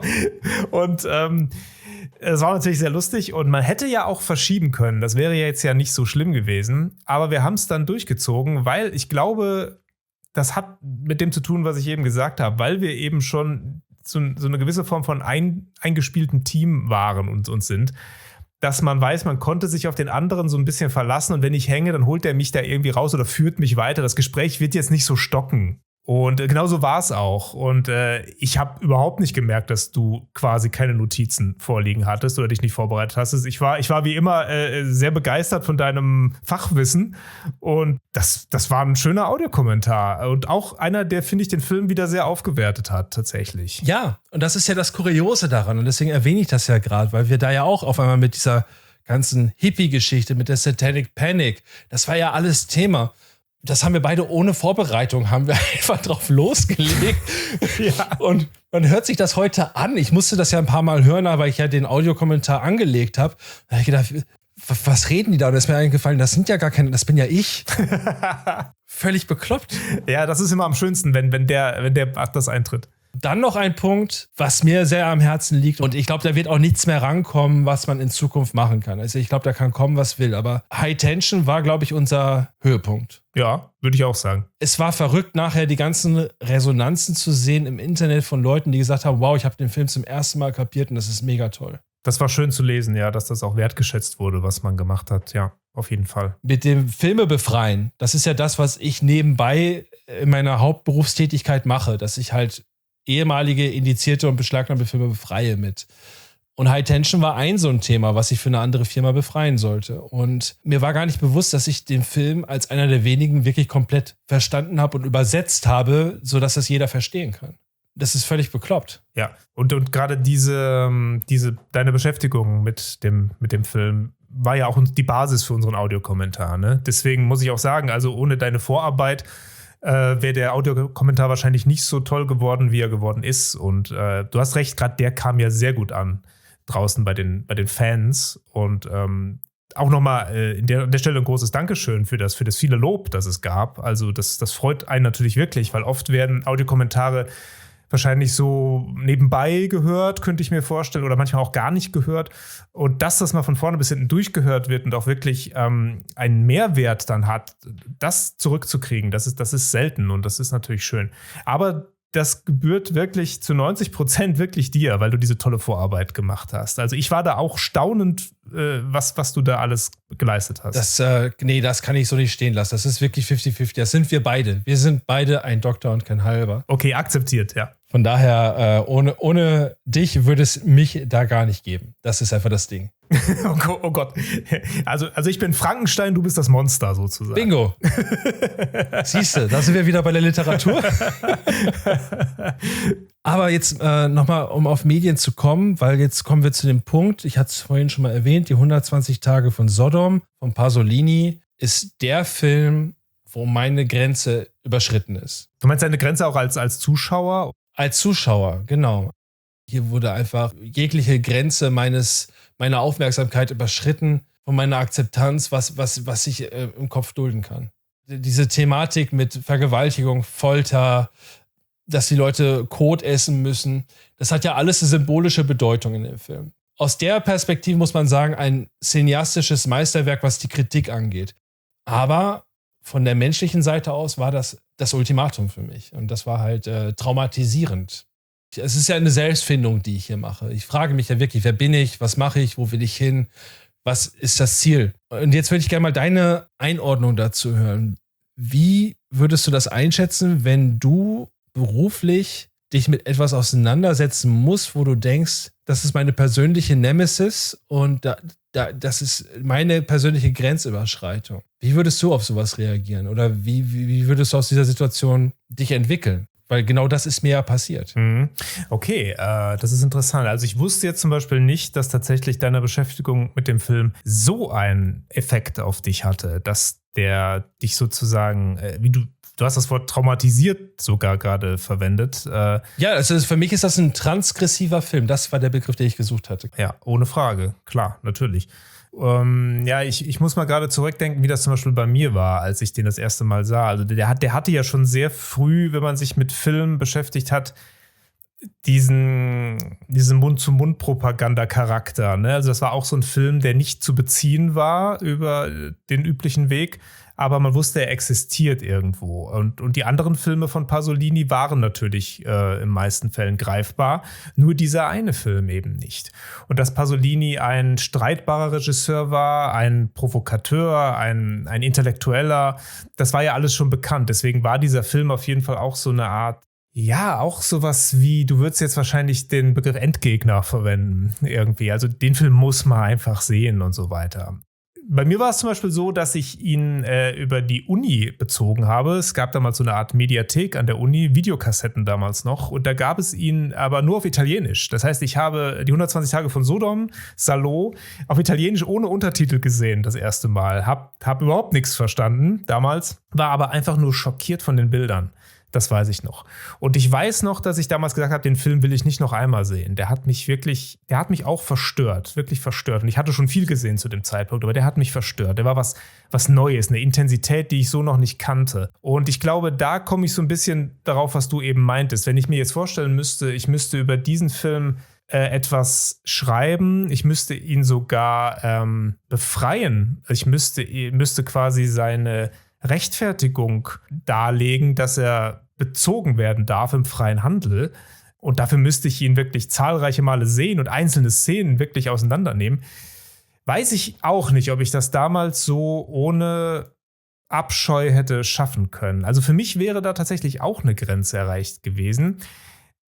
Jetzt in etwas gereifterem Alter wäre das anders gewesen, aber ich hätte es nicht gerne gemacht, das muss ich sagen. Ist auch ein Film, den ich immer noch nicht gerne sehe. Ist aus bekannten Gründen. Aber natürlich ist es gleichzeitig ein Film, bei dem ich weiß, dass er großartig ist. Ich würde ihn sogar als Meisterwerk bezeichnen. Also gleichzeitig ist es auch das Vermächtnis von Pasolini. Er hat ja die Premiere auch gar nicht mehr mitbekommen.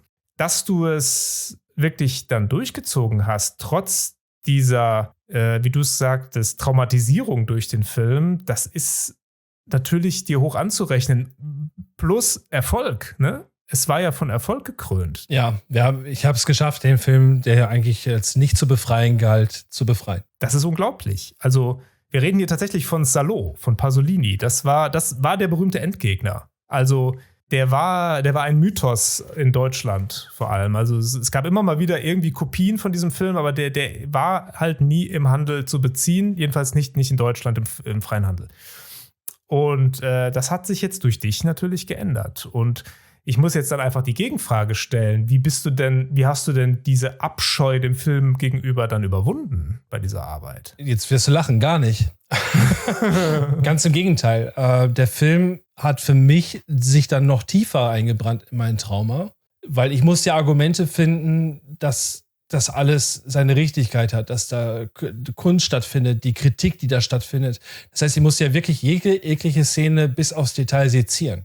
Und die größte Problematik, die ich dabei hatte, war einfach, ich hatte niemanden, mit dem ich darüber sprechen konnte. Verstehe. Ich hatte niemanden, der gesagt hat, ey, willst du einfach mal 10 Minuten mit mir darüber quatschen? Ist alles cool? Hatte ich nicht. Das heißt, ich hatte nur diesen Tunnelblick und es war einfach nur es ist dein Scheißjob, mach es.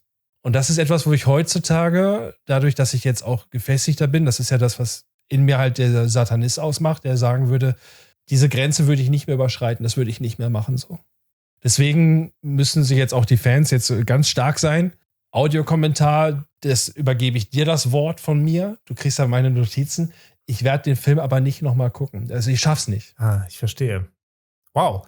Okay, also wie gesagt, das ist für mich jetzt auch gerade wir haben jetzt einen Live-Moment hier gerade. Das passiert ja auch nicht so oft im Podcast, dass man wirklich echte Überraschungen erlebt. Aber ich kann es nachvollziehen und natürlich auch akzeptieren.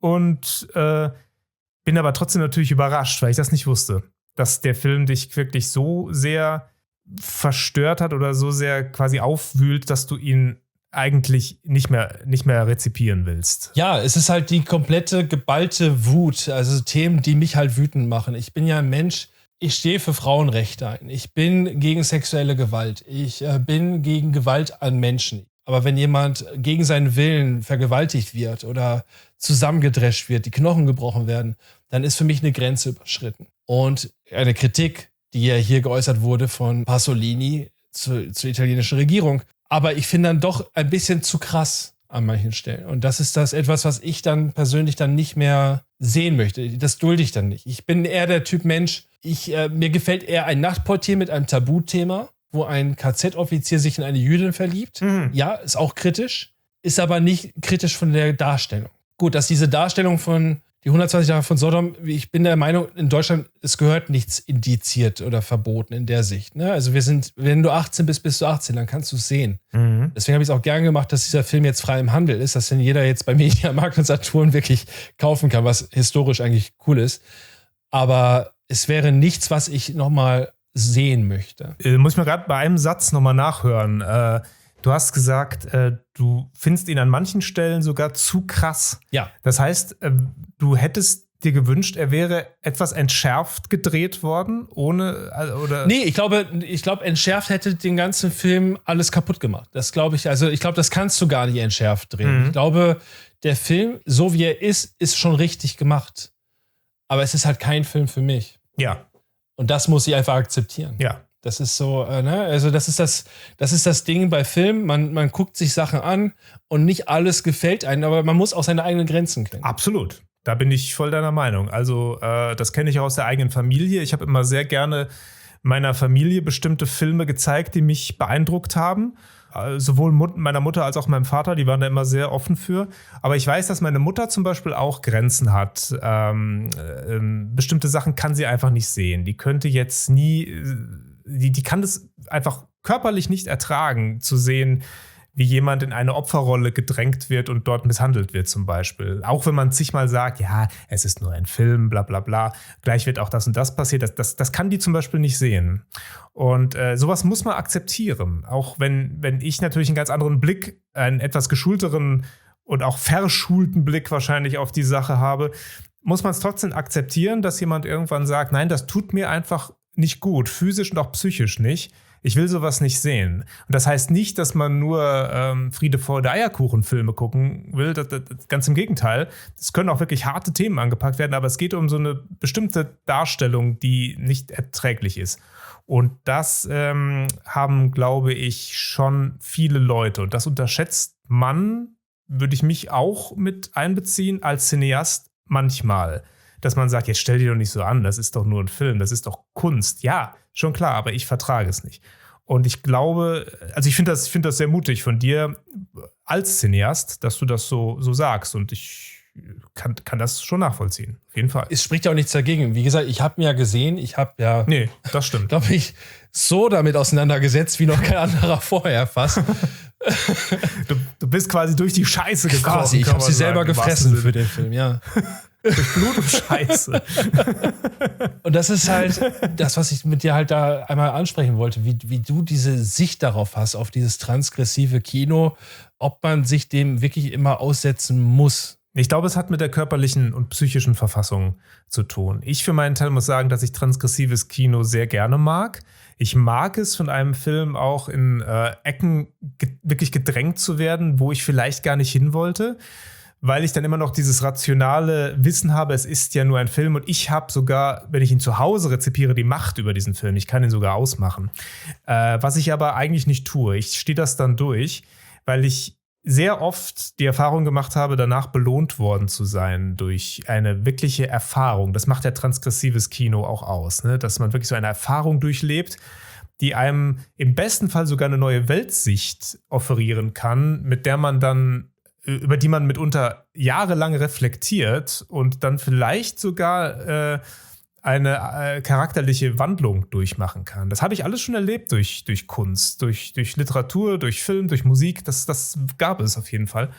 Und ich freue mich immer, wenn das passiert. Deswegen bin ich eigentlich grundsätzlich auch ein Freund von Kino, das wehtut. Es kann ruhig wehtun. Aber ich kann es auch nicht immer ertragen. Es gibt wirklich Momente im Leben, auch in meinem Leben gab es Momente und wird es geben, wo ich das absolut nicht ertragen kann. Und ich weiß genau, wenn ich bestimmte Filme in bestimmten Lebenssituationen einlege, dass sie bestimmte Sachen in mir antriggern, die ich aber jetzt nicht haben will. Aber wenn man das vorher weiß, ist es natürlich ein Glücksfall. Ich weiß allerdings auch, dass es Filme geben wird, weil ich mit denen bestimmte Erinnerungen verbinde, dass die mir irgendwann ganz große Schmerzen zufügen werden, weil mein Leben sich ändern wird. Das Leben ist halt im ständigen Wandel und ständig diesem unterworfen. Und ich weiß genau, dass die Erinnerungen an bestimmte schöne Momente mit diesem Film irgendwann wehtun werden. Und das ist was, wovor ich auch tatsächlich Angst habe. Aber ich weiß nicht, ob ich mich dem dann stellen kann. Es gibt allerdings Sachen, in den meisten Fällen bezieht sich auf Musik bislang nur, die kann ich immer noch sehr schwer hören, weil ich da mit bestimmten Lebenssituationen konfrontiert werde in der Erinnerung. Das ist, glaube ich, so eine Parallele zu dem, was du sagst. Da ziehe ich mich dann auch raus. Und ich glaube, das ist gesund, sich da rauszuziehen. Es ist ein spannendes Thema und ein spannendes Feld, weil gerade, wie gesagt, mit Medien, mit dir darüber zu sprechen, über Film und Musik, macht ja gerade Sinn. Du bist ja einer der wenigen, die wissen, dass ich seit 2020 bis jetzt tatsächlich zweimal faktisch gestorben bin. Also ich war wirklich tot. Das eine Mal bin ich von allein wach geworden, beim anderen wurde ich halt direkt auch reanimiert. Es war ein vorsätzliches Neustarten, quasi wie bei Frankenstein. Und seitdem zum Beispiel finde ich solche Themen wie Tod oder der Glauben. Also wenn die Leute mal sagen, wenn du im Sterben liegst, dann siehst du das Licht und wie ist es im Himmel? Und mittlerweile, weil ich schon zweimal das Zeitliche gesehen habe, weiß ich einfach, es ist dunkel, da ist nichts. So, ne? Es ist, als ob du schläfst, das ist vorbei. Und seitdem finde ich diese Filme mehr belustigend. Also nicht dramatisch oder so, aber ich weiß ganz genau, passiert nicht. Hat das deine Angst vor dem Sterben verändert? Hat das vielleicht sogar die Angst verstärkt oder irgendwie relativiert vielleicht auch? Ich keine Ahnung, kannst mir nicht vorstellen. Erzähl mal. Also die Angst vorm Sterben war dann, als ich dann die Diagnose damals gekriegt habe mit dem Brugada-Syndrom, wo es dann hieß, ja, zwischen dem 30. und 40. Lebensjahr kann das wieder passieren, dass das Herz einfach aussetzt oder einfach weiter rast, du bewusstlos wirst, dein Herz so lange da rast, bis es dann aufhört. Und das kann dir auch im Schlaf passieren. So, das ist erstmal so eine Albtraumnachricht, die du nie hören möchtest, dass du jeden Tag im Schlaf sterben könntest. Also damit klarzukommen, macht dich kirre. Das ist dann etwas, was du natürlich auch verarbeitest, wo du auch Filme halt dann intensiver guckst. Das 7. Siegel zum Beispiel siehst du ein bisschen anders mit anderen Augen. Aber das Schlimmere ist dann eher die Fragen, die man sich stellt. Weil wie ich ja gerade sagte, ich kann dir nicht sagen, was auf der anderen Seite ist. Es war schwarz. Fertig. Es ist einfach, ne, du bist eingeschlafen, bist aufgewacht. Und du kriegst dann nur von anderen gesagt, du warst tot. Cool. Aber was ist dann, wenn du dir so Fragen stellst wie, gibt's Reinkarnation? Werde ich wiedergeboren? Und wo werde ich wiedergeboren? Werde ich in Indien auf einer Müllkippe wiedergeboren oder in Afrika? Da hast du Panik im Kopf. Werde ich als Schwein wiedergeboren und hänge direkt dann an so einem Haken und werde zu Wurst verarbeitet? Das sind alles Albtraum-Szenarien. Und das sind so 1000 Sachen, die du dich fragst und die dir durch den Kopf schwirren und wo dann aber Sachen wie Film und Musik dir irgendwie helfen. Weil du genau weißt, andere Leute haben sich diese Fragen auch gestellt. Richtig. Das ist auf jeden Fall, kann ich durchaus nachvollziehen. Also, und sei es nur bei Filmen zum Beispiel, dass der Mensch auf der Leinwand in diesem Moment ja lebt, auch wenn der Schauspieler vielleicht längst verstorben ist. Der ist ja wieder lebendig und zwar nicht nur in einem Freeze-Shot wie auf einem Foto, sondern der bewegt sich, der redet, der artikuliert, der atmet. Also der ist wirklich wieder lebendig auf dem Film. Und das klingt vielleicht pathetisch, aber das ist im Prinzip Hoffnung, auch für mich. Das habe ich sehr oft. Das ist eine Form der Unsterblichkeit irgendwie, die vielleicht ist das kindlich gesprochen, aber es hilft. Also mir hilft das auch.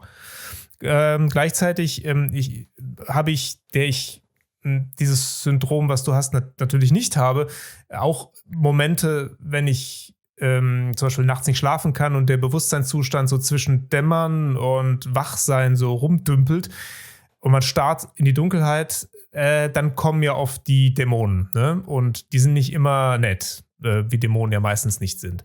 Und dann kommen eben diese Sachen, dass man sich manchmal vorstellt, wie wäre es, wenn du jetzt sterben würdest? Und wenn es nicht das ist, ist es die Frage, beziehungsweise die Gewissheit, es wird irgendwann passieren. Das ist es, glaube ich. Also ich werde es erleben. Ich weiß nicht wann, aber es wird kommen. Es geht einfach nicht anders. Und das ist der Moment, wo man, wenn man nicht aufpasst, tatsächlich sich in so einen panischen Zustand versetzen kann, in dem man vielleicht auch schneller atmet, irgendwie eine Unruhe verspürt und man ist in einem seltsamen Zustand gerade. Und das sind die Momente, die ich auch überhaupt nicht mag, die sehr, sehr unheimlich sind. Wo einem plötzlich dieses ganze Dasein so furchtbar vorkommt, wo man dann fast, oder ich manchmal sogar denke, dann lass es doch einfach jetzt geschehen, dann ist es vorbei, dann muss ich mich nicht mehr quälen, ey. Das ist ja Folter hier. Und da kommst du genau in so einen Punkt, wo ich war. Ich war bei einer Psychologin und da habe ich den härtesten Satz meines Lebens jemals bekommen, nämlich, Sie sind ein zu extremer Fall. Wow. Und es war begründet. Zum einen habe ich Angst zu sterben durch diese Herzkrankheit, dass es jederzeit passieren könnte. Gleichzeitig hat mich das aber in so eine Depression geschoben, dass ich mich eigentlich umbringen wollte. Was ein Paradoxon ist. Es ist wie so ein Yin und Yang und du suchst dieses Gleichgewicht und das findest du nicht. Und für die Psychologin, und das ist nicht wertend gemeint und war auch nicht böse von ihr, sie hat nur gesagt, ich bin ein zu extremer Fall, weil es könnte jede Zeit kippen, die Situation. Egal was sie macht, könnte dafür sorgen, dass ich mich schneller umbringe oder noch tiefer in ein Loch falle. Das heißt, diese Waage zu halten, das Gleichgewicht zu halten, ist super schwierig in dem Augenblick, weil diese Person an einem Punkt ist, wo sie nicht weiß, was sie will. Und dann könnte ein Externer sofort sagen, ja, nee, pass auf, das ist ja gar nicht so wild und dann wird es noch schlimmer. Und dadurch hat sie gesagt, da musste halt ein Experte ran. Das hat auch völlig Sinn ergeben. Also im ersten Augenblick ist man natürlich geschockt, wenn man so eine Nachricht hört, gerade von einem Psychologen. Ja. Aber ja, ergibt vollkommen Sinn. Und wie geht's dir jetzt, wo du schon jahrelang damit lebst? Jetzt bin ich zufrieden mit mir selbst. Jetzt habe ich aber auch selber eingesehen, das klingt jetzt auch so platt, weil das ein Satz ist, den man immer hört. Dieses lebt dein Tag, als wäre es dein letzter. Aber diese Philosophie habe ich im Kopf und ich versuche aber auch so viel zu machen. Nicht, dass ich für die Nachwelt erhalten bleibe, aber ich versuche so viel Gutes zu machen, wie es machbar ist, damit ich diese Chance habe, das jetzt zu nutzen. Deswegen vielleicht auch dieser Aktivismus, dass ich Tiere rette, dass ich viel mit Leuten spreche, denen es nicht gut geht und. Einfach, dass ich weiß, ich hatte eine Funktion, als ich da war. Ich verstehe. Verstehe ich. Und das hilft dir auch, damit umzugehen. Ja. Und ist das vielleicht auch, das ist jetzt eine Frage, ist das vielleicht auch die alte Sache, ich will einfach als ein guter Mensch irgendwann die Erde verlassen? Also in der Gewissheit, ich habe sehr viel Gutes getan, weil ich nicht weiß, ob ich vielleicht doch nach dem Tod irgendwo meinem Richter gegenübertreten muss? Das ist interessant, genau. Nee, das habe ich eben genau nicht. Und da kann ich dir auch erklären, warum ich das nicht habe. Als ich klein war, hatte ich schon mal einen Herzstillstand. Das hatte meine Mutter mir dann irgendwann mal erzählt, dass ich mit 2 Jahren, dass mein Herz ausgesetzt hat und die mich schon mal reanimieren mussten. Und daraufhin hatte ich jahrelang einen Ekel und einen Hass vor Engel. Ich konnte diese ganzen Engelfiguren, die Leute hatten, die es in den Buchhandlungen immer gab, kennst ja noch, mit den Kerzen halt. Ja, klar. Zu Hause habe ich die alle in so einen Schrank reingetan. Ich konnte die nicht sehen. Ich fand, die waren das pure Böse.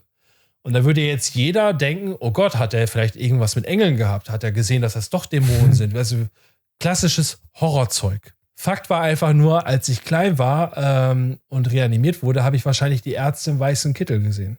Also völlig rational. Ich habe dann was Böses damit verbunden, weil die mir wahrscheinlich Schmerzen zugefügt haben, damit ich weiter am Leben bleibe. Und du hast es nicht verstanden als Kind, ne? Das ist die Sache. Genau. Du kannst ja nicht reden, du kannst ja gar nichts, ne? Du bist halt noch klein.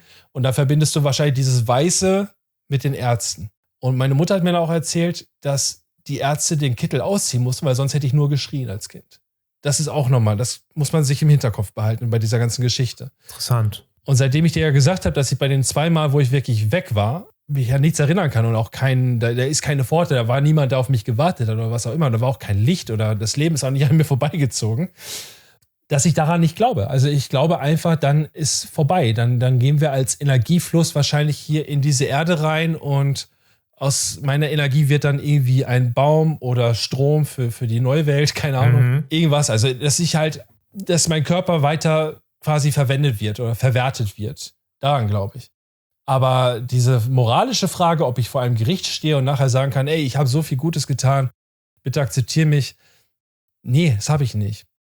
Wobei ich mir wünschen würde, dass ich dann tatsächlich diese Geschichte mit der Regenbogenbrücke, dass ich dann meine ganzen Haustiere sehen würde, das wäre toll. Ja. Das ist richtig, ja. Wow.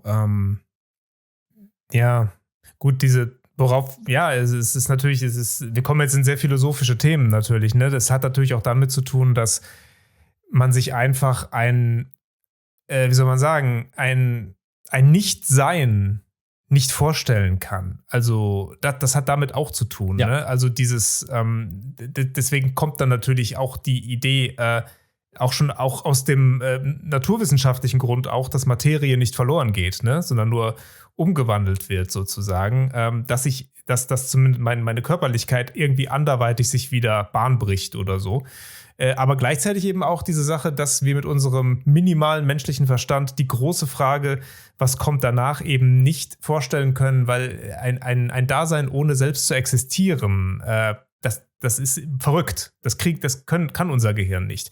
Und deswegen, also das ist auch was natürlich Angst auslösen kann, weil das hieße dann im Klartext, wenn danach wirklich nichts käme, dann bin ich aber in diesem Zustand quasi existent, aber ich kann es mir jetzt nicht vorstellen, wie es sein wird. Das hat natürlich die Form des Unbekannten und Unbekanntes macht immer Angst. Aber da haben sich natürlich viel weisere Leute schon den Kopf drüber zerbrochen. Gleichzeitig, um nochmal auf die Filme zurückzukommen und auch auf Kunst per se, würde ich tatsächlich sagen, da kommt nämlich Kunst als dieser Hilfesteller plötzlich um die Ecke, der ein Therapeut sein kann. Ich finde, heutzutage wird Kunst von vielen Leuten immer sehr nach der Message befragt, also eine Art Aufklärung soll dadurch irgendwie stattfinden. Und ich finde, nein, es geht eigentlich viel mehr darum, was macht das therapeutisch mit mir? Also also Kunst als Therapieform, das ist was mich in den letzten Jahren sehr, sehr interessiert. Und ich finde, diese aufklärerische Message-Komponente, die ist mir eigentlich fast schon zu banal. Also ja, habe ich verstanden, es geht um Rassismus oder es geht um, was weiß ich, also irgendwie sowas. Es geht um Klimaschutz. Alles Sachen, die wichtig sind und so. Aber das habe ich nach 15 Minuten verstanden. Es geht eher darum, was macht das mit mir? Wie bringt es mich weiter, emotional psychisch und wie relativiert es vielleicht diese diffusen Ängste, die ich in mir habe und nicht artikulieren kann.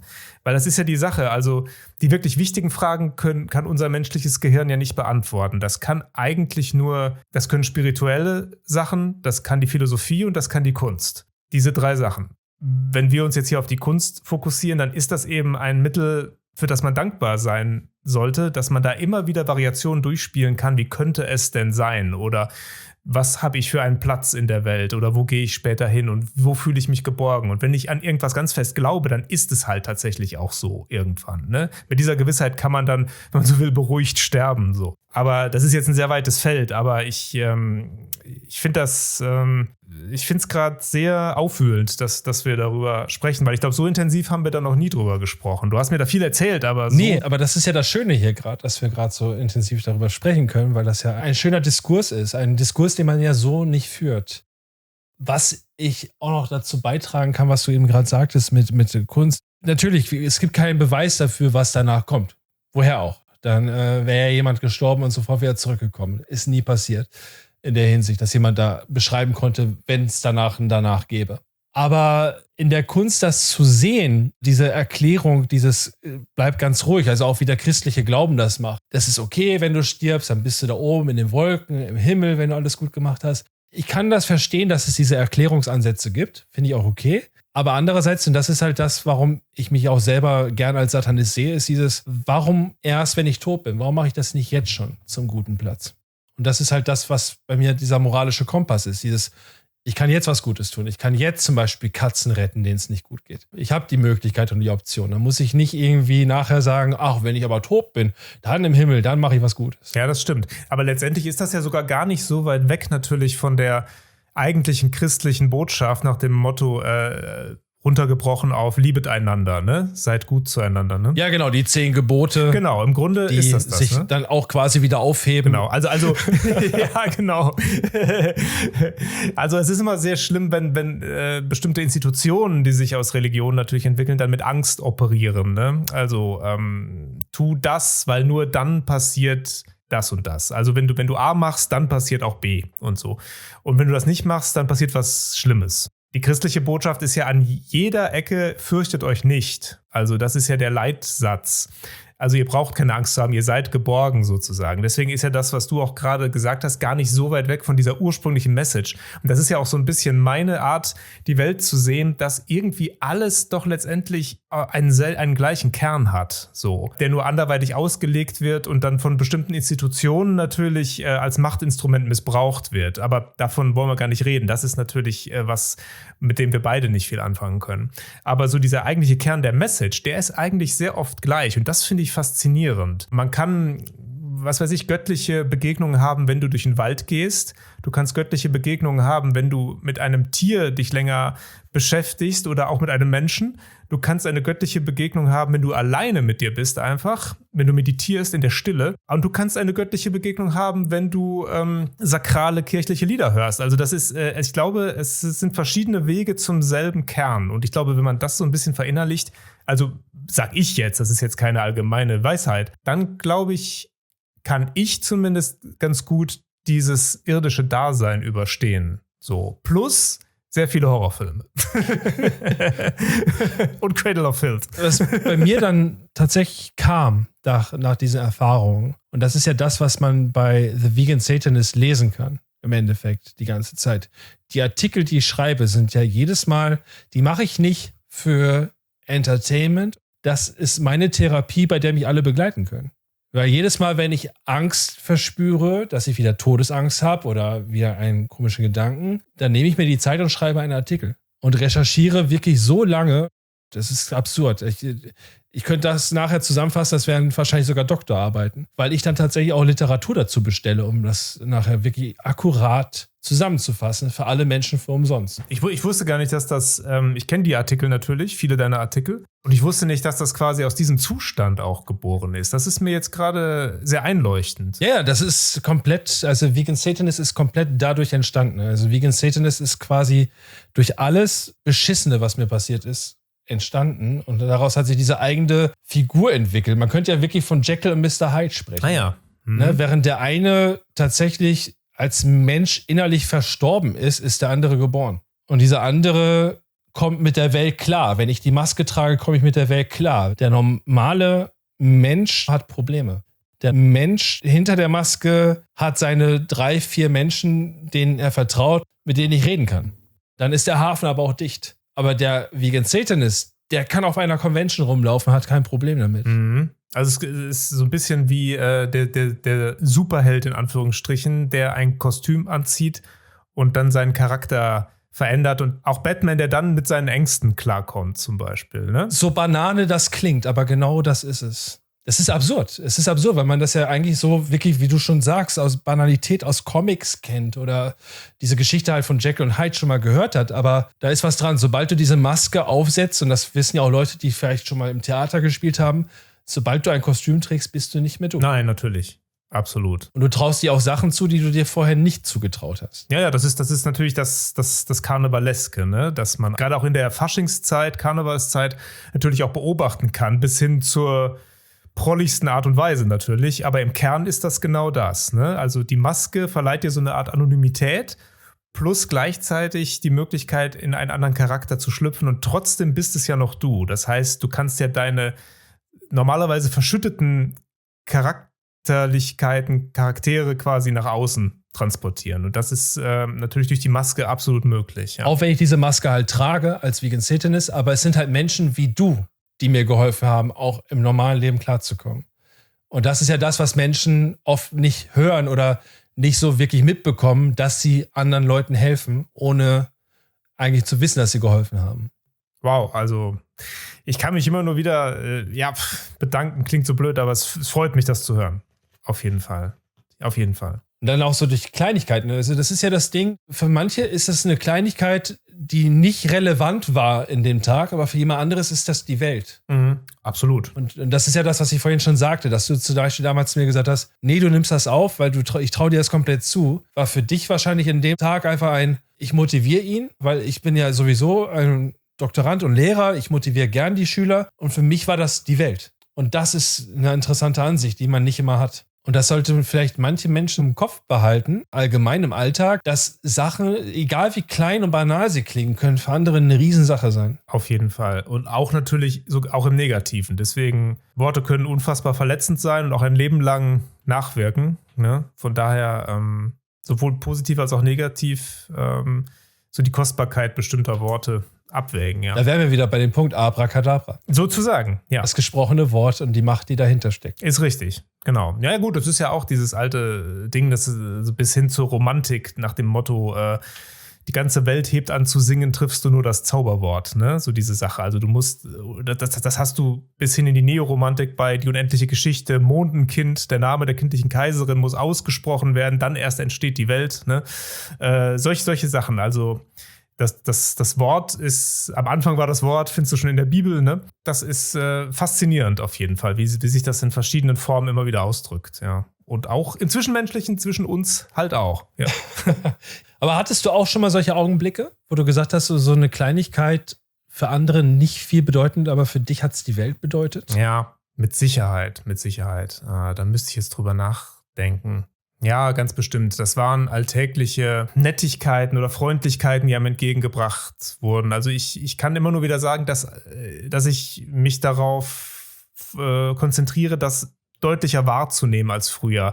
Das Lächeln der Kassiererin an der Aldi-Kasse von mir aus. Oder also einfach banale, triviale Freundlichkeiten im Alltag, die wirklich nicht selbstverständlich sind, weil dann fällt es einem auch erst auf, dass man selber wahrscheinlich gerade wie so ein Miesepeter durch die Gegend schlurft und dann eigentlich bedenken muss, im Grunde geht's dir doch gut. Also jetzt gerade zumindest geht's dir gut. Also den Augenblick zu genießen, das ist, glaube ich, das, was ich gerne noch mehr lernen würde. Und da können mir solche kleinen Freundlichkeiten im Alltag natürlich helfen, dass ich plötzlich merke, die Welt ist gar nicht so scheiße, wie sie auch ist. Aber es gibt auch sehr viele kleine, schöne Sachen und die haben auch eine geballte Power und die können helfen. Also das ist es, glaube ich, bei mir. Und das ist auch so ein Punkt, wo du gerade, das ist eine schöne Überleitung, wo du gerade sagtest, geballte Power. Das ist bei mir, ich bin halt sehr glücklich, wenn ich zum Beispiel, wie du auch, mir alte Wrestling-Sachen angucke. Ja. Zum einen, weil ich da den Horror habe, klar, durch Undertaker oder Papa Django. Das sind halt Figuren, die mich als Kind immer fasziniert haben. Gerade die Matches mit dem Sarg, wo die Leute einfach in den Sarg reinschmeißt. Aber andererseits auch diese Botschaft, du kannst stark sein, weißt du? Du kannst stark sein und auch da kommst du sicher raus. Egal wie groß die Hürde scheint, du kannst. Natürlich ist diese Figur heutzutage nicht mehr korrekt, deswegen nehme ich eine andere. Du kannst Bret Hitman Hart sein und du kannst vor dem Undertaker stehen und du hast trotzdem eine Chance. Und das finde ich halt so motivierend und cool. Mhm. Wie alt warst du, als du Wrestling regelmäßig geguckt hast? So 4. Ach, 4 Jahre? 4 Jahre alt, ja. Wow. Ich war live da, 2-mal damals. Und dann nochmal, als es dann später WWE war. Ach, du warst live da? Ich war 2-mal in Bielefeld als Kind, ja. Dann müssen aber auch ziemliche Stars da gewesen sein, ne? Doink war da, Undertaker und Bret Hitman Hart. Und Bret Hitman Hart ist so ein Charakter, selbst wenn ich heute noch Videos auf YouTube gucke, kommen mir manchmal echt, das klingt jetzt auch so absurd, aber mir kommen manchmal die Tränen, dass diese Figur, die ja unerreichbar, unantastbar ist, sich umdreht zu kleinen Kindern und diese Brille gibt. Ja, der war cool, ja. Nach dem Motto so, ey, du bist mehr wert als ich. Und das finde ich toll. Ja, das fand ich auch immer toll. Und ja, interessant. Also ich hab die WWF damals, wie sie damals noch hieß, auch live gesehen. In Frankfurt war das dann. Das muss auch Anfang der 90er irgendwann gewesen sein. Da war ich dann 12, 13 oder so. Und ich war auch riesiger Wrestling-Fan. Und bei mir war auf jeden Fall auch das, was du gesagt hast. Auch so dieses David-Goliath-Prinzip hat mir auch immer sehr gefallen. Aber es war auch schon so ein bisschen dieses etwas filmische Denken, was ich da schon hatte. Nach dem Motto, ich sehe hier eigentlich, weil mir wurde, also kurz vorausgeschickt, man wurde damals ja auch schon totgeballert mit so Unkenrufen, das ist alles nicht echt und das ist alles nur gespielt und so, wo ich schon, damals habe ich natürlich rebelliert und gesagt, nein, stimmt gar nicht, die sind wirklich verfeindet. Heute weiß ich, dass das nicht so ist mir völlig klar. Gleichzeitig ist es aber, wenn man sich darauf einlässt, hat es was Filmisches, weil ich sage ja auch nicht im Film, das ist ja gar nicht echt, ist ja langweilig irgendwie. Nein, natürlich, was heißt nicht echt? Also es kommt ja auf die Inszenierung an. Wenn es vernünftig dargeboten wird, wird es in dem Moment ja echt. Und ich muss quasi den Schalter umlegen, ich muss einen Pakt eingehen mit den Performern, das zu glauben einfach. Sie präsentieren mir das ja, genau wie eine Stuntshow im Fernsehen sozusagen.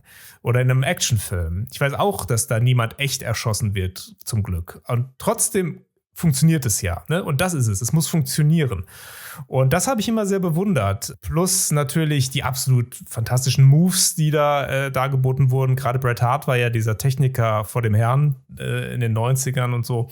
Das hat mich auch mal sehr, sehr fasziniert. Und auch diese kleinen Geschichten, die da dargeboten wurden. Das war so ein kleiner Mini-Kosmos, der mich auch so ein bisschen aus dem schulischen Alltagsstress damals ein bisschen gerettet hat. Also ich bin sehr ungern zur Schule gegangen und es war, ich weiß nicht, wann das immer kam, montags und donnerstags oder irgendwie so, also mehrfach jedenfalls in der Woche.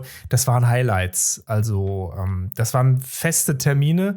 Und da konnte ich den Alltagsstress wirklich ein bisschen vergessen. Ich mochte auch das Cartoonische sehr. Das ist ja heute leider ein bisschen zurückgefahren. Das habe ich sehr gemocht. Also Papa Shango war ja zum Beispiel sowas, ne? Also dieser Voodoo-Meister mit dem Totenschädel. Ja, oder die Road Warriors oder Doink. Auch, klar. Das war ja so Mad Max. Doink natürlich. Das waren alles so Figuren, die du eigentlich aus einem Comic erwarten würdest. Absolut. Das waren lebendig gewordene Actionfiguren plötzlich, ne? Die man sonst nur so im Blister im Spielzeughandel sah. Und das war cool, natürlich. Und ich war nie so ein großer Hulk Hogan-Fan, muss ich sagen. Genau, der war das, den ich nicht erwähnen wollte. Ja, genau. Weil ich fand's halt auch geil, seinen Entrance fand ich natürlich cool, auch wie er sich das T-Shirt immer zerrissen hat und so. Aber der hat ja nie wirklich performt. Also das war mir dann, die Matches selber fand ich immer sehr langweilig. Und das war bei so Leuten wie Bret Hart natürlich völlig anders. Oder auch Owen Hart, den darf man nicht vergessen, der Bruder, war auch ein ganz hervorragender Techniker. Leider ja dann tragisch im Ring verstorben. Aber das waren zum Teil damals so Heroes, muss ich wirklich sagen. Oder auch der $1-Million-Man, der seine eigene Einheit da hatte mit seinem Buchhalter und alles, wo du einfach wusstest, die sind super böse. Ja, der war halt so durchweg böse und das hat halt Spaß gemacht, den auch nicht zu mögen und so. Und trotzdem war er irgendwie faszinierend, weil Ted DiBiase hat das natürlich auch hervorragend verkörpert, einfach dieses Arrogante, ne, und dieses Lachen, ne, war immer toll. Das hat Spaß gemacht. Und auch dieses Fake-Geld immer ins Publikum ganz schmeißt. genau. Das so, ach, was kostet die Welt? Genau. Das war schon geil. Ja, das war eine tolle Zeit. Also Wrestling ist für mich auch ein ganz starker Bestandteil meiner Jugend. Neben Film und Büchern und Musik ist Wrestling, auch wenn es vielleicht in dieser Hochphase maximal nur vielleicht 3 Jahre waren. Bei mir sind das ganz intensive Jahre. Da waren diese Großereignisse, diese Pay-Per-Views waren für mich feste Termine im Jahr. Royal Rumble, WrestleMania, SummerSlam und Survivor Series. Das waren ja damals diese Big Four, die es ja immer noch gibt, aber inzwischen gibt es ja ganz viele Pay-Per-Views. Ich blicke da ja gar nicht mehr richtig durch. Es gibt auch ganz viele Organisationen, aber damals war es einfach nur die WWF. Richtig, genau. Die musste sich ja dann irgendwann umbenennen in WWE, ne, aus Gründen, weil es ja noch ein anderes WWF, eine Organisation gibt. Ja, wo 2 Panda-Bären sich mit Stühlen schlagen. Kennen Ganz wir genau, alle. ja, auch interessant, ja. Genau, die gibt es nämlich auch. Ja, seitdem heißen sie WWE, also World Wrestling Entertainment, wo auch natürlich, da fing so langsam an dieses Kayfabe, wie es ja heißt, also nach dem Motto, wir verkörpern es nach außen so, als wäre es echt oder real, dass das so langsam bröckelte, ne? Und da hat man den Entertainment-Faktor wirklich mehr nach vorne gestellt, dass es unterhalten soll in erster Linie. Gleichzeitig waren es aber trotzdem, was da präsentiert wurde, auch wenn das vielleicht abgesprochen war, wie der Kampf enden soll, ist es aber sind es trotzdem Sportler, die das tun. Also Hochleistungssportler, wenn man so will. Ne? Also das waren ja Athleten quasi. Also Zirkusartisten, alles war da ja mit drin. Ne? Gleichzeitig auch gute Performer, das muss man auch erstmal bringen. Das konnte auch nicht jeder. Also ich singe jetzt hier ein Loblied vor allem auf die 90er Jahre, aber das war eine tolle Zeit. Ja, aber da ist ja was dran. Also unsere Generation ist ja mit He-Man groß geworden. Oh ja. Also He-Man ist bei mir immer noch drin. Skeletor, He-Man und alle Figuren sahen gleich aus. Das war auch mal kurios. Ich glaube, das war dieselbe Gussform. Aber beim Wrestling waren diese Figuren auf einmal real geworden. Die sahen ja wirklich so aus. Ein Ultimate Warrior hätte ein Schurke von Skeletor sein können. Absolut. Also wenn einer dann Ultimate Warrior, der war eine He-Man-Figur. Ja, quasi. Und das war halt für unsere Generation damals, ich meine, das ist ja nicht wie das Internet, man muss sich das anders vorstellen. Das waren ja besondere Sachen, wenn das im Fernsehen lief, genauso wie American Gladiators. Also Sport war damals sehr groß geschrieben. Also auch Körperkultur und Fitness war in den 80ern ein großes Ding und 90ern. Da war halt nicht dieses, was wir heute haben mit E-Sports, mit Computer, das wurde belächelt. Es ging um das Physische. Und da steckt in mir immer noch dieses Interesse tatsächlich. Also ich merke das zu einer jüngeren Generation, die jetzt wahrscheinlich eher Interesse an Minecraft und Fortnite hätte, ist mein Interesse dann doch eher, gibt's wieder Takeshis Castle oder gibt's wieder American Gladiators, da würde ich gerne mitmachen. Ja, man würde wirklich mitmachen, ne? Also man hat sich das manchmal vorgestellt, ne? Wie wäre das, ne? Ja, ganz genau. Das ist halt irgendwie was anderes. Das war, da stand, finde ich, der Spaßfaktor, der stand mir noch im Vordergrund, also als heute. Das war alles, es sollte einfach unterhalten, es sollte Freude machen und so weiter. Und es gab damals auch schon diese Unkenrufe, da kann ich mich dran erinnern, nach dem Motto, das sei gewaltverherrlichend und solche Geschichten, was ich nie nachvollziehen konnte, weil das war für mich wirklich einfach eine große Choreografie als Actionfilm im Ring. Ne? So, also ich konnte das nie nachvollziehen, dass da irgendwie, ich habe das nie als Gewalt wirklich wahrgenommen. Es war aber auch nicht blutig. Das kam ja viel später, dass sie sich dann mit Rasierklingen wirklich da Schnitte gemacht haben, um zu bluten. Ja, das kam später. Das gab's damals nicht. Da hat er 5-mal einen Stuhl in die Fresse bekommen und sah immer auch gleich aus. Das war cool. Ja, absolut. Ja gut, es gab ab und zu mal eine Platzwunde, aber dann war vielleicht wirklich ein Fehler passiert oder irgendwie sowas. Ne? Das kann sein. Ja, aber das wurde auch ganz schnell dann beendet. Also es wurde dann nicht weitergekämpft, dass da keine Sauerei im Ring ganz ist. Genau, ja, ganz genau. Richtig. Ja, später wurde es dann ein bisschen fieser. Also da bin ich aber auch nicht mehr so dabei gewesen. Da war ich irgendwie raus aus dem Wrestling. Jetzt bin ich wieder viel mehr drin. Jetzt gucke ich das schon ganz gerne. Auch neuere Sachen gucke ich mir wieder ganz gerne an. Aber diese ganze Attitude-Ära zum Beispiel oder auch diese Ruthless Aggression-Ära, was da noch kam, das habe ich eigentlich erst so in der Retrospektive mitgekriegt. Ich auch dieses Combat Zone Wrestling oder ECW, Extreme Championship Wrestling oder wie das ja, heißt? das war dann mit Sabu, weil der mit Stacheldraht da irgendwie hängen geblieben ist als Ring. Genau. Das sind Sachen, die fand ich dann auch das will ich nicht sehen. Das ist für mich nicht Wrestling. Ja, genau. Also da war dann für mich eher dieser Faktor von, das ist jetzt ja wirklich Gewalt, die da so ein bisschen gefeiert wird im Vordergrund. Also auch dieses Backyard Wrestling, dass die sich da auf Neonröhren schmeißen und die krassesten Schnittwunden haben. Da fragt man sich, wofür? Das ist ja nicht mal mehr Entertainment. Nee, das ist richtig. Also da war halt das, weil man mochte es ja gerade, dass es eben, wenn man so will, unblutig abging und dass das eben unversehrbare Helden waren. Ne? Das fand man ja cool. Und das war da irgendwie plötzlich vorbei. Dann konnten die wirklich bluten plötzlich. Das hat mir nicht gefallen. Also das fand ich immer irgendwie unangenehm. Aber es ist natürlich nachvollziehbar, weil der WWF natürlich irgendwann die Kunden wegliefen. Die wurden erwachsen, so wie wir dann ja auch, und haben sich dann für andere Sachen interessiert. Und du musst ja dein Publikum irgendwie halten oder zumindest ein neues Publikum generieren. Ne? Das ist ja so der Lauf der Dinge einfach. Ne? Und das ging dann eben durch diese Sache, wir werden jetzt immer extremer, auch im Sinne von, auch nackte Haut wird ja viel mehr gezeigt. Da waren dann plötzlich Stripperinnen mal im Ring oder sowas. Ne? Ja, oder Stone Cold mit seinem Bier. Weißt du, das hättest du damals nie zeigen können, dass jemand da Alkoholkonsum im Ring Niemals, nee. Absolut. Obwohl Stone Cold fand ich dann ja wieder ganz cool eigentlich. Den fand ich auch cool, aber allein schon, dass er in den Ring kommt, in die Ecken geht und dann 2 Dosen Bier auf Ex wegkippt. Das stimmt, ja. Weiß ich nicht, sollte man dafür Werbung machen? Es gibt sehr viele Alkoholiker da draußen, die vielleicht gerade Wrestling gucken. Das kann schief gehen. Ist so. Es gab aber auch unter den Wrestlern selber recht viele Alkoholiker, muss man auch sagen. Oder auch Drogenabhängige per se und so. Also die hatten per se ja nicht so ein gesundes Leben. Ist ja klar, wenn man täglich 1000-mal auf die Matte fällt, das ist nicht so cool. Da betäubt man sich vielleicht auch mal. Und das ist auch das Erschreckende, wo du eben gesagt hast, mit der Unsterblichkeit, wenn man auf Film gebannt ist. Wenn man einen Film guckt, wie Spider-Man von Sam Raimi, und man sieht diesen Wrestler mit dieser Halbglatze und diesem Bart und denkt sich, oh Gott, was ist das denn für ein Mensch? Der ist ja völlig runtergekommen wie so ein Neandertaler. Und dann stellst du fest, das ist Macho Man Randy Savage gewesen, der damals ganz anders aussah zu seiner Blütezeit. Und dann denkst du auf einmal, krass, was das aus einem gemacht hat. Ne? Also da merkst du halt so Schmerzmittel, Drogen. Ja, der sah ja richtig alt aus da auch, ne? Ja. Das muss man echt sagen. Ist ja auch kurz spät danach verstorben, ne? Hat irgendwie einen Herzinfarkt beim Autofahren gehabt oder sowas, ne? Der war ja komplett im Arsch. Das ist genauso wie Ultimate Warrior, ist ja auch verstorben, kurz nach seiner Dankesrede, als er in die Hall of Fame aufgenommen wurde. Richtig. Gleiche Fall. Alle Herzversagen. Alles, ja. Und das kommt durch die ganzen Anabolika und Co., ja. Das macht dich kaputt. Ja, das kann man auch gar nicht schönreden. Da gab es ja damals auch Anfang der 90er den großen Skandal, wo sich die WWF auch, glaube ich, äußern musste, dass da Medikamentenmissbrauch betrieben wurde und so. Ich weiß gar nicht genau, wie das ausgegangen ist. Vielleicht wurde einfach irgendeine Strafe gezahlt oder so, aber zumindest die Körper der Wrestler waren ja zumindest angeknackst. Das ist ja klar. Und man hat damals immer versucht, das zu vertuschen. Das hat man bei American Gladiators übrigens auch gemacht. Da hat man auch versucht, das zu vertuschen, dass die Gladiatoren nicht auf Testosteron sind und nicht Anabolika nehmen. Und Fakt ist einfach, die mussten das nehmen, weil die manchmal 2 bis 3 Aufzeichnungen pro Tag hatten. Ah, das ist heftig, ja.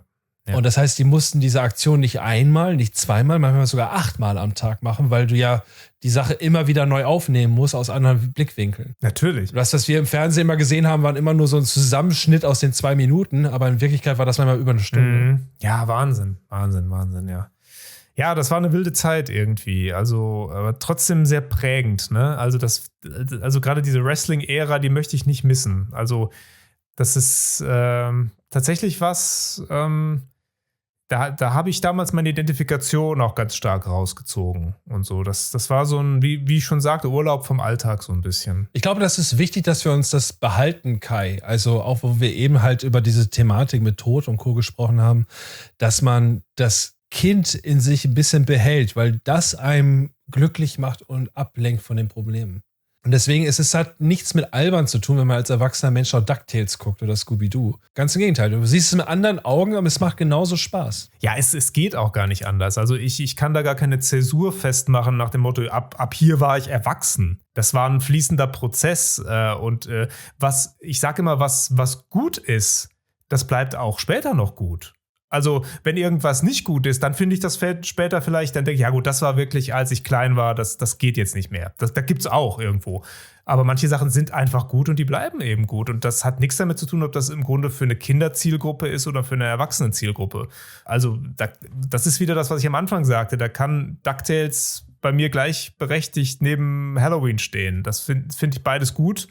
Beides spricht irgendwie zu mir. Beides ist Teil meines Charakters, meiner Persönlichkeit. Weil Humor gehört auch halt sehr stark zu meiner Persönlichkeit. Und da hat das seinen Platz absolut. Und ich finde, so sollte es auch sein, um irgendwie gewinnbringend und es ist ja so reichhaltig, ne, das Angebot. Warum soll ich irgendwas ausgrenzen? Ist doch so viel da. Ich war diesen Sommer als erwachsener Mann nochmal in Disneyland in Anaheim. Und ich hatte gedacht, okay, das letzte Mal war ich hier als ganz kleines Kind in Paris. Und da war das für mich immer so, dass Mickey Mouse echt ist. Ich habe nicht gesehen, dass darunter ein Mitarbeiter ist, der eine Zigarettenpause macht und eigentlich irgendwie Antoine heißt und dann Minnie Maus spielt. Weißt du? So Sachen, die man sich als Erwachsener vorstellt, sagt man, oh, der arme Mensch in diesem Kostüm. Jetzt kommt dieses Ironische. Ich bin in diesem Park, ich sehe einen Menschen in diesem Goofy-Kostüm und es macht Klick und ich denke wieder wie ein kleines Kind und denke, da steht Goofy vor mir. Oh ja. Das gibt es. Das ist völlig absurd, weil du einfach in diesem Augenblick bist, wo du einfach denkst so, oh, das ist meine Kindheit. Verrückt, wirklich verrückt, ja. Also, aber das ist wieder dieses Ding mit den Masken, ne? Also in dem Fall ist es dann halt eine sehr lustige Maske, dass das auch auf den Betrachter sich sogar auswirkt, dass da auch der Funke überspringen kann. Wenn der Typ hinter der Maske so actet wie die Figur, dann funktioniert das halt einfach. Denkt, oh na, hier wohnt wirklich Goofy, ne? Das ist in dem Fall, ne? Ist lustig, ja. Kenne ich auch sowas. Und das hat mich total gefreut. Ja, aber genau, also ich glaube, aber diese Art von Menschen, also die finden irgendwie auch zueinander, wo man dann merkt, hier, derjenige kann auch den Schalter so umlegen oder der wird automatisch sogar umgelegt. Der muss das gar nicht bewusst machen. Und irgendwie glaube ich, man läuft sich da zwangsläufig über den Weg. Bei uns beiden war das ja auch so zum Beispiel. Und es gibt auch andere Beispiele in meinem Leben, wo das so war. Da ist irgendwie so ein Verständnis, ein unsichtbares Verständnis da, nach dem Motto, irgendwie, ja, so muss es laufen einfach. Ne? Also so kann man alles wertschätzen. Finde ich total lustig, was du da sagst. Das könnte mir auch passieren. Kai, erstmal vielen lieben Dank für dieses tolle Gespräch. Jetzt haben wir gar nicht die Frage geklärt, wie deine Ansichten sind. Also bist du eher offen für Weltreligion? Hast du eine Ansicht? Vertrittst du Satanismus oder irgendwas? Das wäre jetzt die letzte Frage, die ich an dich hätte. Wie ist deine Weltsicht dazu? Ja, also es ist ein bisschen das, was ich vorhin schon sagte. Also dass ich würde mich selber auch als Suchender vor allem bezeichnen. Und komischerweise gefällt mir der Zustand sogar ganz gut. Es ist jetzt gar nicht so, dass ich einem Erkenntnisziel so entgegenstrebe, sondern für mich ist wirklich der Weg das Ziel. Und ich habe auch manchmal das Gefühl, die Suche nach dieser Erkenntnis ist Teil des Lebenssinns. Also für mich zumindest, weil der ist auch dafür verantwortlich, dass ich so Sachen wie Filme, Literatur und Kunst per se halt manchmal aufsauge wie ein Schwamm, weil ich mir da Antworten erhoffe. Oder auch sehr viel philosophische Schriften lese. Ich glaube, wenn ich irgendwann an einem spirituellen Ziel angekommen wäre mir das vielleicht, dann ist so eine Stagnation da. Vielleicht habe ich davor auch ein bisschen Angst. Gleichzeitig bewundern ist falsch, aber beneide ich manchmal Leute, die das haben, die so einen festen Kern im Leben haben, so ein Bollwerk, wo sie sich ganz sicher fühlen, weil das habe ich auf keinen Fall. Also bei mir ist immer sehr viel Unsicherheit auch da. Das könnte auch, so ein Geschwurbel. Und manche Leute sind da völlig cool. Nö, das ist so. Also ich bin davon überzeugt. Und das finde ich schon, das ist ein Statement. Und das kann man nicht aus dem Ärmel schütteln. Das muss zu einem kommen. Das kann man nicht erzwingen. Aber wie gesagt, vielleicht will ich auch gar nicht, dass es kommt. Also ich würde mich eher als Suchender bezeichnen. Und zwar in allen Sektionen, die sich mir so offenbaren und die irgendwie zu mir sprechen. Und das wird, denke ich, noch eine Weile so weitergehen. Das finde ich sehr schön. Ich finde das ein sehr schönes Schlusswort. Und das zeigt, dass es auch in der Richtung, da gibt es kein richtig und kein falsch. So sehe ich das auch. Du musst halt das für dich finden, was dir am meisten zuspricht und wo du sagst, da fühle ich mich wohl. So sieht es aus, sehe ich genauso, ja. Vertritt deine Sachen. Klar, kannst sagen, das stimmt nicht, das stimmt. Aber ab dem Augenblick, wo jemand missioniert, dann schalte ich ab. Nee, dann kommt auch die Trotzhaltung wahrscheinlich raus und so, ne? Das kennen wir ja. Nochmal vielen lieben Dank für alles. Danke, dass du da bist. Danke für dieses Interview. Ich freue mich schon in Zukunft weiter mit dir in Doktor und kein Halber aufzunehmen. Ja, ich gebe alles zurück, was du mir gesagt hast. Ich danke dir, dass ich hier sein durfte. Es hat mir große Freude gemacht und ich freue mich auf weitere Projekte mit dir. Für heute verabschiedet sich der Vegan Satanist. Doch unsere Reise, die wird weitergehen. Denn es gibt noch so viele Fragen, die nach einer Antwort suchen. Bis dahin, macht es wie Eva. Esst einen Apfel und bleibt böse. Bis zum nächsten Mal.